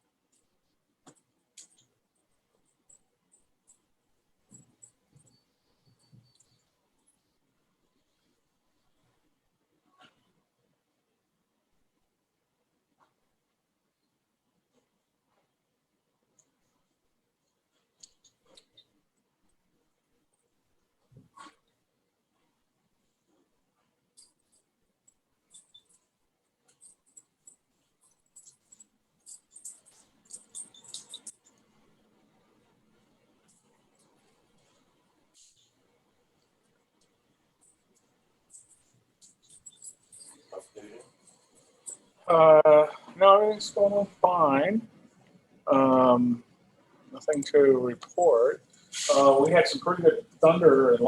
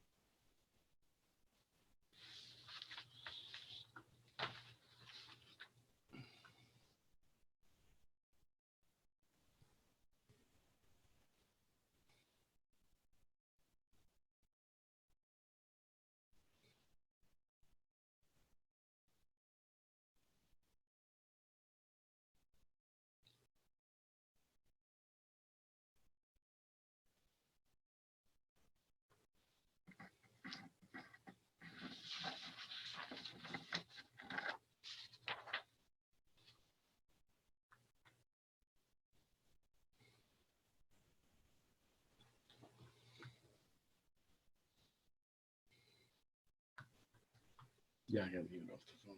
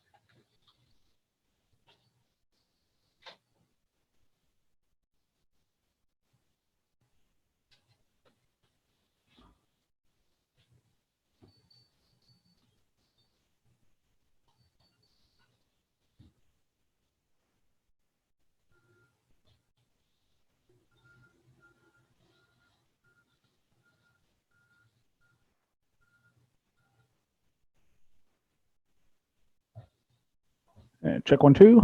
Test, test, test.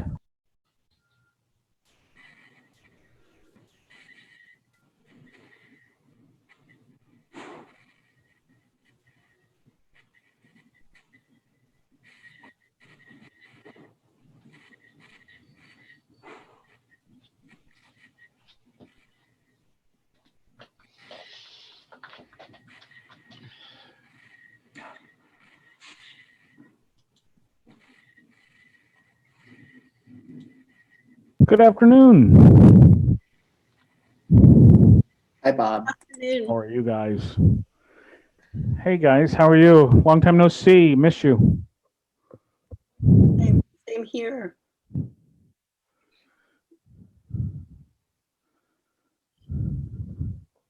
All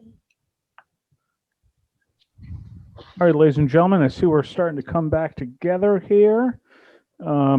Give me a heads up if you're ready for me to press the buttons. Press the buttons. All right, press the buttons. Pressing buttons. I'm good at that.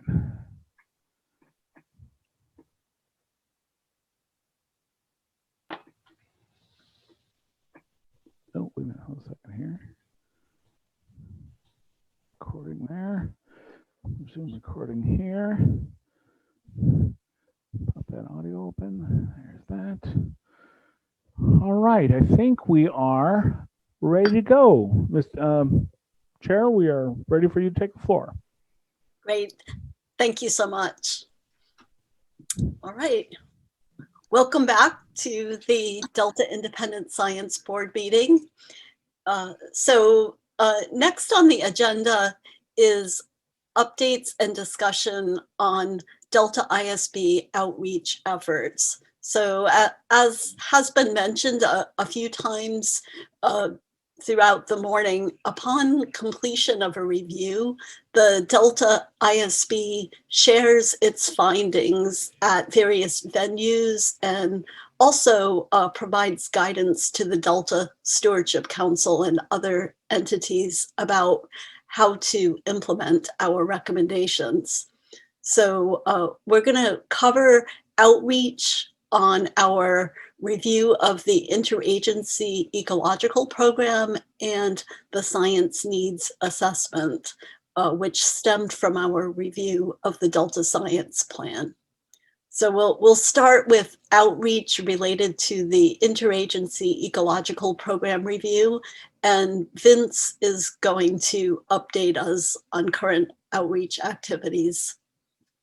Thanks. There was quite a bit of discussion about the relationship between the IEP review and the Monitoring Enterprise Review. So just let me take a minute and kind of just go back over some of those things. We had never done a review of an agency per se, or in this case, a consortium involving several agencies. We've always done thematic reviews. So I think you can imagine if you're looking at one particular group as opposed to looking at a topic across groups, there's always liable to be more sensitivities in terms of what you're doing. Now, one of the things in our recommendations, and actually we had 8 major recommendations, and then we gave a long explanation about each one of them. Our recommendations weren't controversial to IEP, with the exception of 2 recommendations that dealt with organization. And in our questionnaire, and in this case, we had 111 responses to our questionnaire. We had over 40 pages, over 400 comments that we received about IEP, and many of them dealt with organizational issues. We had made the decision early on when we were writing the review that we would not be prescriptive in terms of what organization should be the final product. The first recommendation was dealing with this was that they should bring in a committee to look at the current structure, look at transparency issues, and a lot of the issues that have been brought up. The second, of course, was to reconsider this idea of organization, this is not the first time that this has come up. So again, we decided not to be prescriptive. They felt that all of the other recommendations, except the organization ones, they could deal with. And when we met with the directors, it was clear that these were reasonable approaches. The IEP came back and said, we can't really have a meeting unless you come up with a straw man about how we can begin to think about reorganization. We batted the idea of a joint powers authority among the working group of the committee. But at that time, then COVID hit, and we never really could follow through on that. Tracy has followed up with Stephanie Fong of the IEP about some of these issues in terms of the outreach. And I'm going to ask him to kind of update us as to where that is. We talked about it just this week. But that's the big thing. And I can't emphasize that if we're going to have an effect on an agency that's critical in the Delta, we've got to follow through on this IEP review that we did. Tracy, could you comment? Sure. Thanks, Vince. Yeah, I think you summarized it really well. Yeah, so I talked with Stephanie Fong. We'll back up a little more. When we met with the directors, it was Dick and Vince and myself, and there was a real positive vibe in the room. There was a lot of tension about our review, but there was I think, a real positive vibe about wanting to hear more from us. As we've said a couple of times, ISB is not supposed to be setting policy. We're not supposed to be we're supposed to be reviewing science issues. But they really have asked us through Stephanie and Steve Culberson, the lead scientist for IEP. They've said, as Vince just said, could you at least just give us something to chew on? Give us a straw man structure. So we have thought about the Joint Powers Authority. We've asked some people in the Delta Science Program, mostly Edmund, to do a little background for us on pulling up some JPA scenarios or JPA examples. We all know of some, but we wanted to have something a little more concrete. And then we were going to go back to the directors with some discussion of that specifically. But as Vince also said, COVID hit. So when I talked with Stephanie last week, I think it was last week, maybe it was Monday. Anyways, she said that quite honestly, they just have not, they really want to take these next steps with us. But with COVID primarily, and also with an issue with incidental take permits, they have just been so stretched thin in terms of all the field work and the lab work and things that need to be done in the time of COVID, because they're trying to really maintain their data collection stream, So it's going to really, it's going to fall to the 4 ongoing board members and the incoming board members to hopefully work with the directors. And again, Vince and I and Dick, we've talked about it. We're all more than willing to sit in on a meeting with the directors if and when that happens and talk about it. But I would urge you folks to come and take a look at the recommendations. Think especially about the structural ones. And you may have other ideas that may be useful ones for you to put forward or talk about among yourselves as a board, and maybe back the IEP directives with that. And what? No, I'm not. So anyway, I'll just keep going, and John's answering that question somewhere else. But the directors, as I said, are very interested, and I think they want to consider this. And a resource for you would be to also go back and look. We have, as Vince said, many pages of comments. Go back and take a look at those comments that were received. They have a lot of very useful impressions, sometimes emotions, but they're very informative to understand sort of the landscape of IEP and some of the dynamic tension that exists about it and its mission. Anything else to say, Vince? No, that's great. Thanks.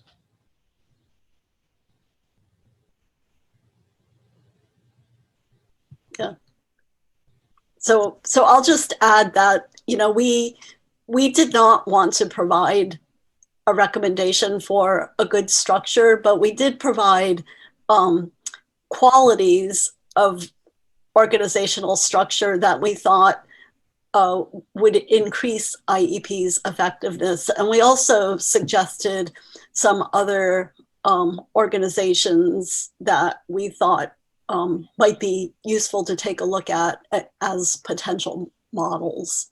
So I think the organizational issues were really the most challenging of the recommendations that we made, and I think will continue to be something that they have to work on moving into the future.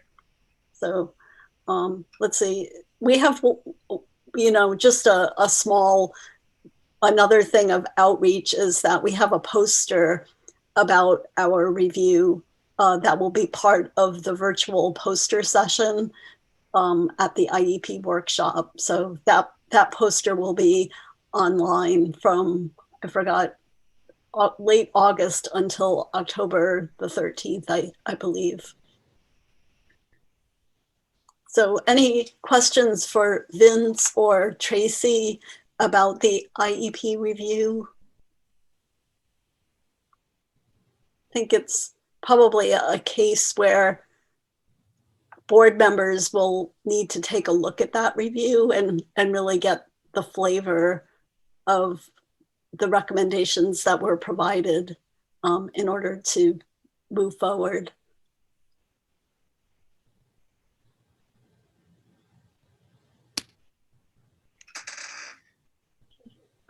I'm not seeing any questions, so thank you, Vince. And Tracy.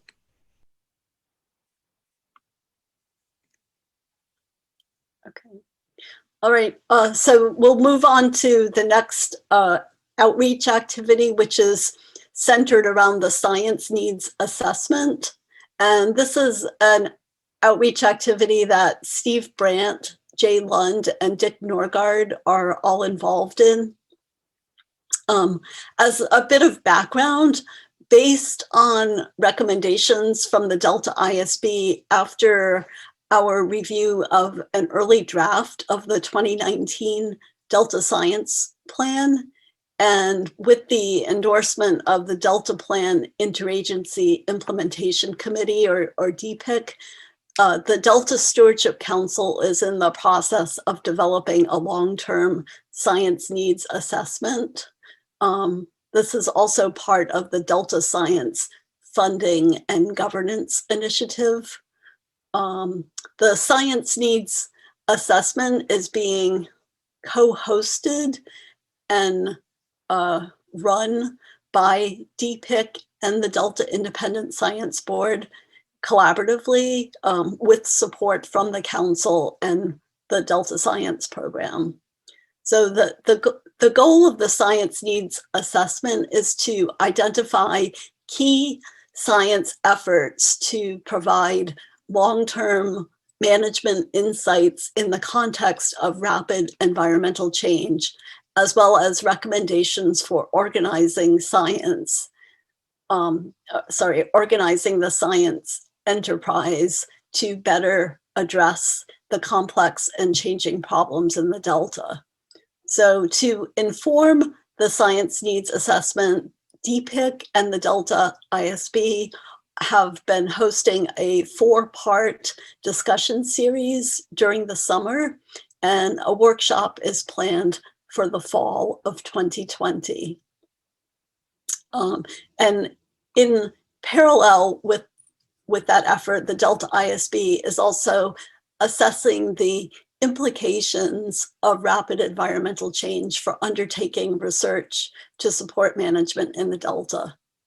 So today, Steve Brandt and Jay Lund will provide an update on the science needs assessment, and Dick Norgard will provide an update on Delta science during rapid environmental change.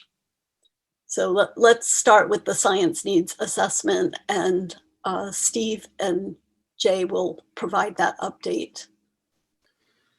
Well, let me give just a little bit further background. This is something that's probably completely different from what the board has normally done, and it was triggered by a memo we sent directly to the to DPIC, largely at Dick Norgard's inspiration in many respects, that was entitled "Urgency and Opportunities for Improving Delta Interagency Science and Technical Integration."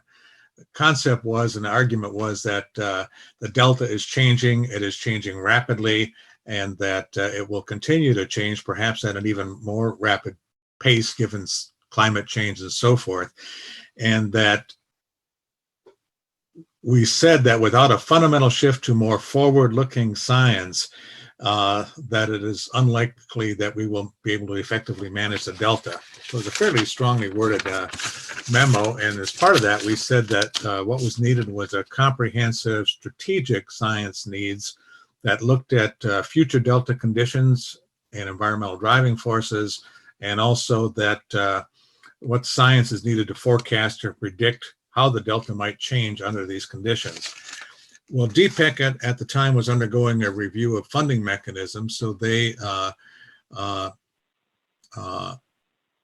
adopted our, not adopted, but endorsed our recommendation and formally asked us to put together with them a strategic science needs assessment based largely on climate change, driven by climate change.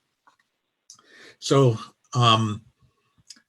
a 17-member panel that included a number of folks, some stakeholders, as well as science program, science council, DPIC, and the Delta Science Board members, Jay and I and Dick, put together a plan to have a workshop in late April, and prior to that, to develop a briefing paper to outline in a more comprehensive way why we were doing this, what are the essential ingredients, and how that workshop would be run. Of course, the COVID kind of canceled the workshop. So what we decided to do was to hold 4 discussion groups in the same, along the same lines of what that original workshop was intended to do. So those 4 topics that each of these discussion groups, separated by about 6 weeks, were looking at. The first one is, what do we know about the climate change and how it's going to impact the Delta? The second workshop said, well, given that, what kind of questions will that raise to management? What will management need to know given that those changes are coming down the pipe? Then thirdly, once we know that what management needs to know, what kind of science needs to be done to give management the answers they need in order to manage the Delta under those changing conditions? And then finally, given that we expect that these scientific questions are going to be more complex, more large scale, what changes are needed in the science governance, funding, and integration now in order to accomplish those science objectives in the future. And so we've had 3 of those workshops and discussion groups, and in each of those we've had about a 3-member panel or a seminar, followed by Mentimeter questions to get an assessment of what the individuals participating in that discussion felt about various components of the topic. We had somewhere between 90 and 100 participants in each of the 3 workshops. I know some of you have participated in, I think, all of those workshops and or those discussion groups.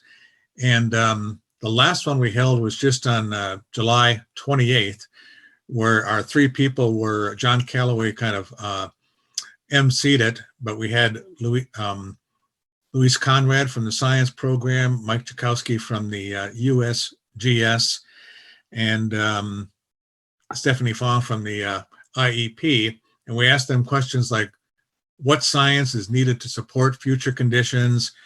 How is your science program preparing for these future changes? What would you do differently? And do you have strategic goals or products that you're working on to meet managers' needs? I won't go into a lot of the results, but they were fairly consistent both in the panel as well as the Mentimeter questions that talked about mechanisms to look at underlying processes, biotic relationships. How do we make quantitative models and forecasts? How do we handle big data? Some need for food web dynamics and so forth. And of course, better integration and the need to look at invasive species. Those are very large scale issues. The next discussion group is going to be on September 9th. And we're going to have folks that are going to specifically then say, now, given those science needs, what kind of science governance and funding structures need to be developed in order so that we can do that kind of science. That'll be held on September 9th. And then following that, we plan to have a workshop on October 5th and 6th. This will be 2 half-day workshops. They will be primarily consisting of 8 breakout groups, although the details of exactly what we're going to do is still being worked on. But in essence, we're going to re-ask these questions. The first day might be devoted towards defining the management questions, defining what kind of priority scientific information will managers need in the future. The second day is probably going to be spent largely on defining the scientific tools that might be needed, the scientific capabilities that might be needed, and how can we go about looking at science governance and structure and funding, particularly across agencies and things like that, in order to be able to achieve those science objectives. After that, we plan to write a report with these recommendations, and this is right now is where we'll be looking. We're looking for your input, of course, at all stages, but right now it looks like the science board will be taking much of the lead in writing that report about what the scientific needs assessment might be, strategic needs assessment might be. And that will occur during this fall with the goal of trying to have a report completed perhaps in January of next year. All the board will have an opportunity to be involved in that, but we're particularly looking for people to help out in the next stages of this drafting. Jay, you want to fill in the blanks? That was a great summary, Steve. This is really, I think, a potentially very important strategic activity for the board and for the science community. The Delta science plans were originally intended to be, sort of good, solid strategic documents, laying out the issues and organizing the scientific efforts across the science community for the Delta, across the different agencies. And the last Delta science plan really didn't follow through on that. It was sort of a lowest common denominator of things that the agencies could agree on. And it just didn't seem to us that that was going to get us where we needed to go, particularly given the fairly rapid changes we're seeing in different aspects of the Delta. So this effort, I think, has a broad range of input coming in. It'll get a lot of attention. It's really our opportunity, working with other folks as well, to sort of lay out a very strategic vision and some strategic options for the organization of science for the Delta. It's, I think, essential that new board members get involved in this. This is an opportunity because if this document is successful, it will not be the old board members that see it through. It will be the new board members. Because several of us only have a couple of years left in our tenure at the most. So it'll really be the new board members that have to see it through. So I would really encourage anybody who has a deep interest in sort of strategic thinking for this system and these problems of science, organizing science for policy making and management to get involved in this. Because we're really the only group that's going to pay serious long-term attention to it. Yeah, I would just add too that it is our hope that this effort will also highlight some possible opportunities for future reviews of the board, because we think a lot of good ideas are coming up right now, and we're getting a tremendous amount of input from stakeholders and agency folks and so forth. And I think certainly the climate change component of it is something to be looked at. So questions or comments from board members?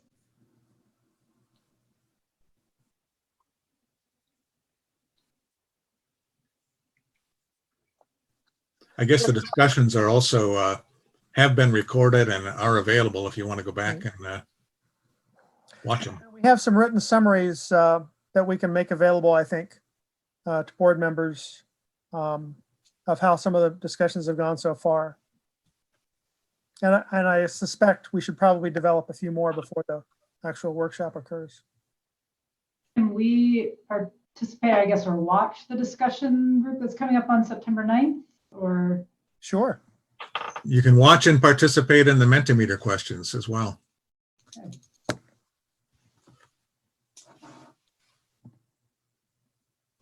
So yeah, I'll just reiterate that this is a very important board activity, and I think it's actually a really exciting opportunity to make a difference and encourage new board members to get involved in the process. You know, maybe begin by viewing the seminars that have been hosted and watching the one that's coming up in September, and you know, just jump in, because I think this effort will benefit from engagement from all or many of you.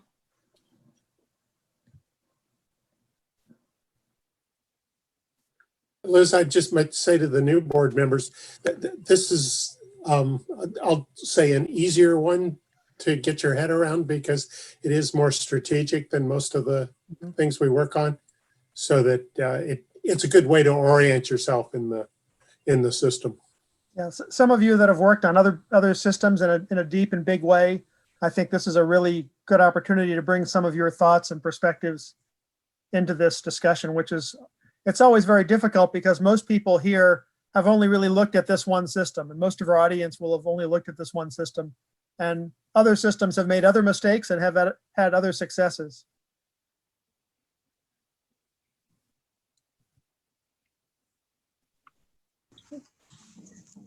And Liz, I was just going to add that there definitely is broad engagement and interest across the Delta on this. The Independent Science Board is leading the effort, but the DPIC, the Delta Plan Interagency Implementation Committee, is also endorsing this, and is really a number of staff from the council and from other agencies and other stakeholders are participating in some of the planning, as well as in all of those pre-discussions, pre-workshop discussions and the workshop. So I think it is a great opportunity for the ISB to be a leader and push all of us to think more proactively about rapid change and climate change.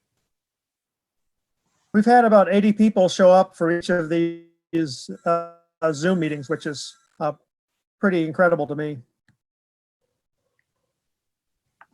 Yeah, probably more engagement than you would have had for in-person seminars. So maybe one of those hidden opportunities in COVID.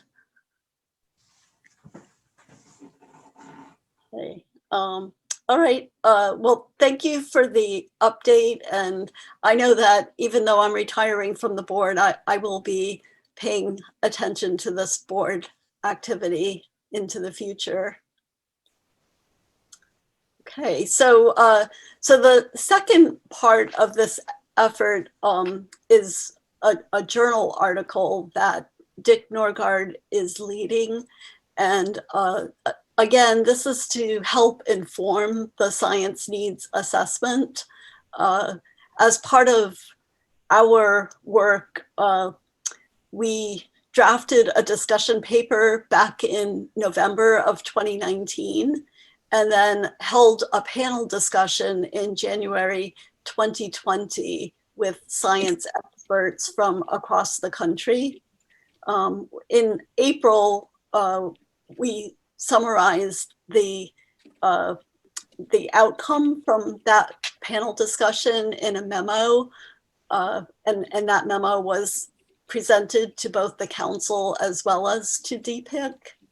And now the Delta ISB is in the process of preparing a journal article for publication in San Francisco Estuary and Watershed Science. And this is a journal that receives support from the council. It has a broad readership, but a large readership from the Bay Delta community. So at this point, I'm going to turn things over to Dick to give us, some more background about the status of this publication, and just okay. And also what was included as part of the package for this meeting. So I don't seem to be on camera. My camera says the host has stopped my being on camera, but that'll allow me to, I can start my video now. Okay. There you are. Okay, yeah, here I be.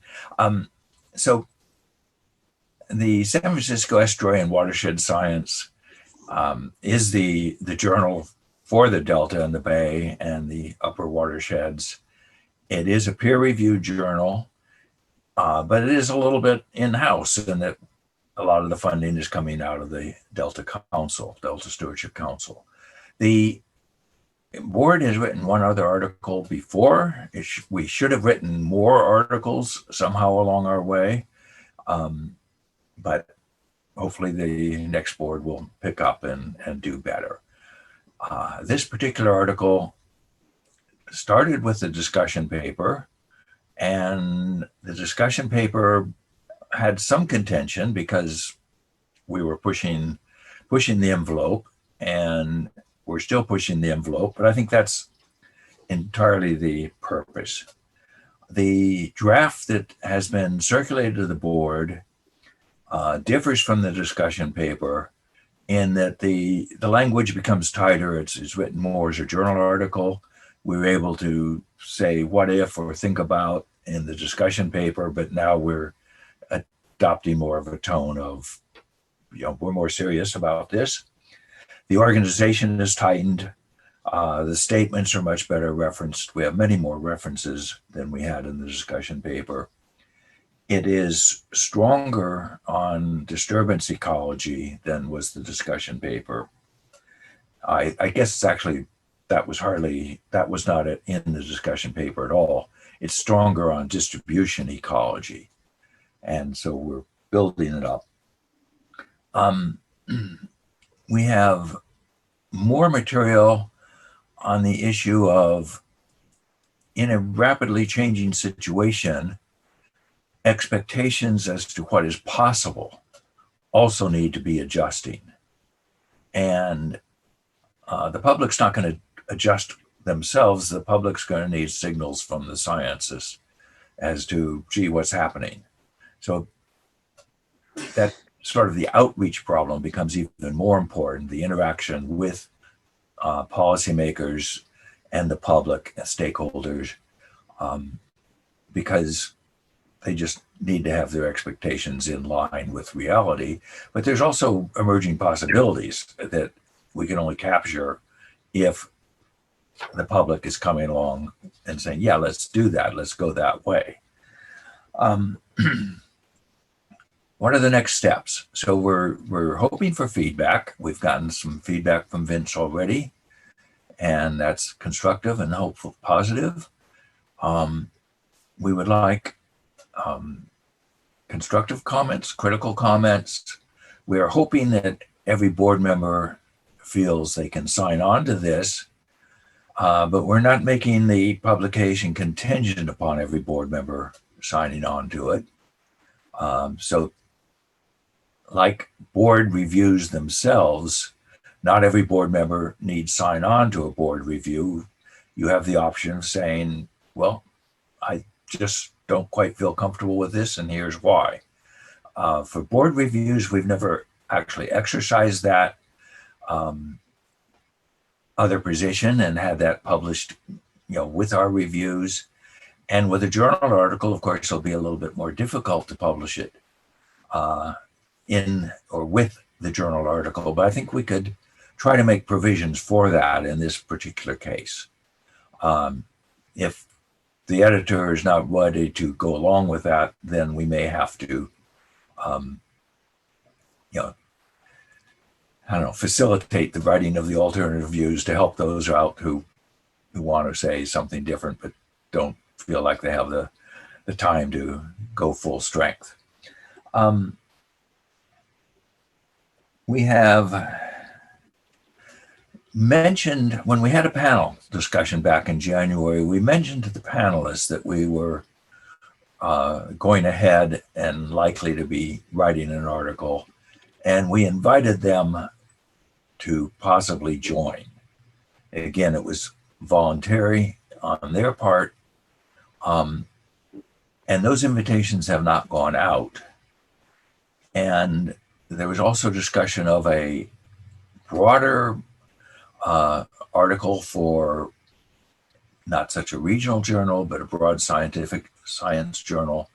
And some panelists seem to be more Delta focused, some panelists less Delta focused. And this may be a break in how we should invite the panelists to join or not join. And again, this is a little bit unusual because the last paper we wrote as a board was fully as a board. Everybody signed on. We didn't have other people signing on. And if we're going to have other people signing on, then we get into the funny position, well, wait a minute, there's new board members joining, one of whom has got a lot of expertise on the changing Delta. Where do we stand on that? So there's messy issues to discuss. And let me check my notes. I think that's it. The three board members that I would identify as being closer to the Delta, of course, the panelists who are closer to the Delta would be Sam Luoma, who unfortunately is also the editor of the journal, but he could find a way to excuse himself. Jeff Mount, who's got a long history in the Delta, including early service on this board and chairing the previous CalFed board, and then Tessa Hill, who's a UCD professor based in Bodega Bay. I'm ready for questions. Thank you, Dick. And I like the draft paper. I mean, I'll definitely send feedback, but I think it's evolved very nicely. Thank you. So questions from other board members, questions or comments? Yes, Jay. Oh, sorry. I think this is a really good thing. What I think is the most important thing for this document is that it become available before we have the science needs assessment workshop, which means before it's likely to be published in the journal. because it's very thought-provoking. It's foundational to the discussions for the science needs assessment. Is there a way that we could put on a website either the previous discussion paper or an early version of this journal paper version so that we can cite it and write blogs about it and get it into the milieu of the discussion before the science needs assessment workshop and at the beginning of October? I wish we were further along with it and we could say this was accepted for publication and put it out accordingly. One of our difficulties, or one of the journal's difficulties, was does the journal want to publish something that's already been made publicly available and effectively published as a board product, but not published as a scientific journal product? I think we could Not wait. the early version. Otherwise, we're ineffective. I agree, and so Too late to the party. yeah, this is a conflict. Certainly, the discussion paper could be made much more publicly available. And Yeah, let's do that. I don't know why it hasn't been used more actively already, but yes. Can we check with Edmund to see if that can be posted on the website? Hello, this is Edmund. So the discussion paper from November is public on the website, and the discussion paper today is part of your meeting package, so it is available too. Can you send us the link for that, the version on the website so that we can, try to get other people to read it and think about it? Will do. That would be very helpful. And John, when we did the adaptive management paper, that must have been published before. I mean, that must have been posted publicly before it was published. Yeah, it was.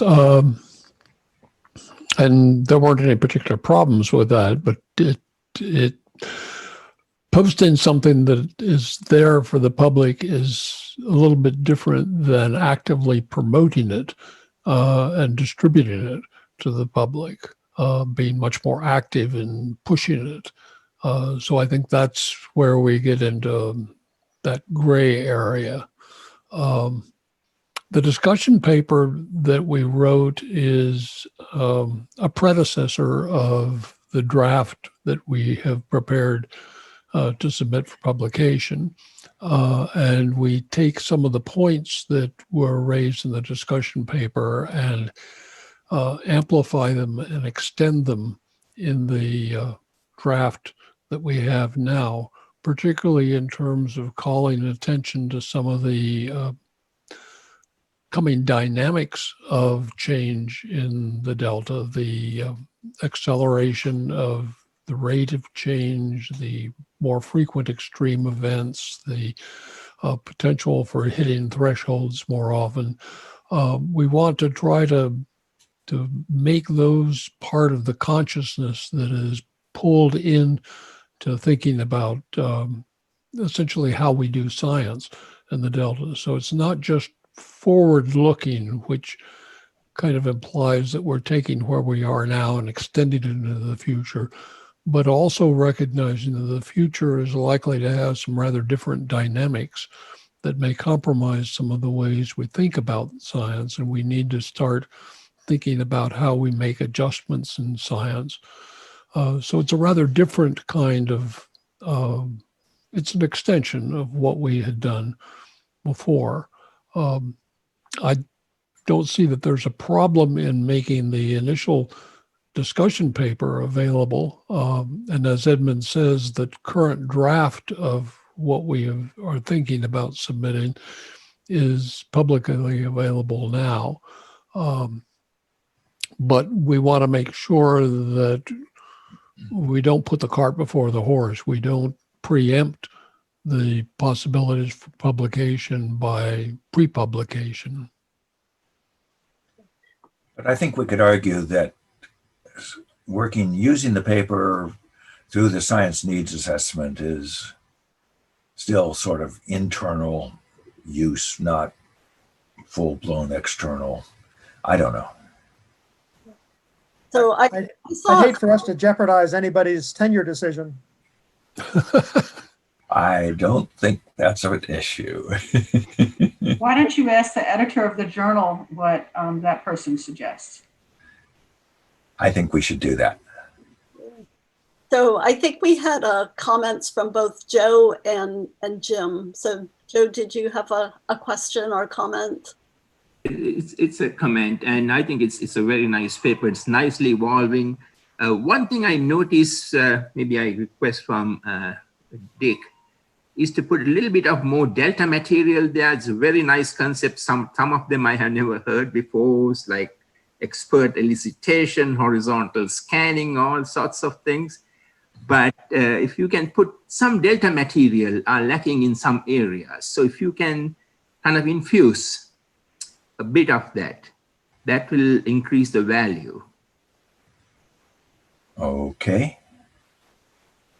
Good suggestion. And Jim, I think you had a question or comment. Just a quick suggestion. Another possibility is to, if you want to share this with the public and get public comments, is to post it as on a preprint server, and it will have a URL. You can get public comments, and most journals now will evaluate manuscripts that have been posted on preprint servers. So if that's something that would be of interest, you could contact Sam. I'm not sure if that journal has a policy yet, but it's time for them to start thinking about having one. Perfect. Yeah. Thank you. Thank you. Other comments or questions for Dick or the writing team? I guess we're all the writing team eventually, but Dick and John have really led this effort.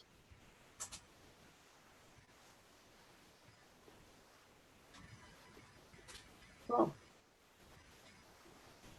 again, this is one of many efforts that I envision staying abreast of. I think it's a valuable contribution, and I thank you, Dick, for leading the effort. Thank you. Really for inspiring the effort.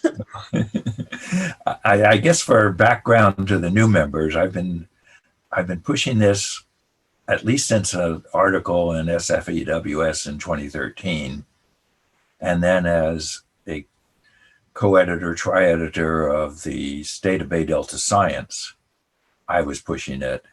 And eventually the overview for policymakers of the 2016 State of Bay Delta Science was labeled Fast Forward Delta. And that was part of my push. And so there's, just for incoming board members, if you got an idea you think is important, don't, there are many different venues to keep working on this, on an idea, and eventually it may come out. Great. Thank you, Dick.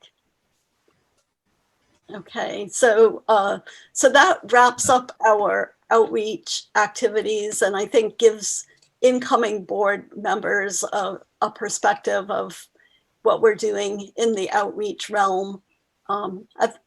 I guess before we wrap up for the day, any final comments or questions from board members about anything that we've covered during this outreach session? So if not, I'll, Virginia. I was going to just say, this is an astounding amount of material. You guys are to be congratulated for all the work you've done. It's really amazing. I am not sure that I know where all these reports are. Some of them I have gotten access to and downloaded, but it would be really helpful if we could just get a list with the sites, where they are, because I want to make sure that I don't miss any of them. And just a short list of those would be really helpful. And I'm just going to ask Edmund. I think, Edmund, you have, or you will send a list of products and the links to the incoming board members. Is that correct? Yes, that is correct. It was part of the reading package, but I'll be sure to recirculate it. Yeah, I know you've been, especially in recent days, you've received a lot of different documents, a lot of emails and attached files and links and everything. So we'll make sure that you get that list again. There are quite a variety of fire hoses for you all to drink from simultaneously. Okay, let's see, anybody else? All right, if not, we'll open up the discussion for public comments for matters that are not on the agenda, but within the subject matter jurisdiction of the Delta ISB. We're not on lunch right now, but. Yeah, sorry about that, but there are no public comments. No public comments. Okay, so we're ready to adjourn for today, and I just want to remind everyone that we'll reconvene tomorrow morning at 9 a.m. California time, and as part of the agenda for tomorrow, we will have a presentation and discussion of the Delta Conveyance Project. We will have reflections from Dr. John Callaway on his term as Delta lead scientist, reflections from outgoing Delta ISB members, and then some preparation and discussion for upcoming Delta ISB members. So I look forward to seeing everyone back on the Zoom screen tomorrow morning. And thank you all for your participation today. Thank you, Liz. Good meeting, Liz. Bye-bye, everyone. Thanks. Bye-bye. Thanks, Liz.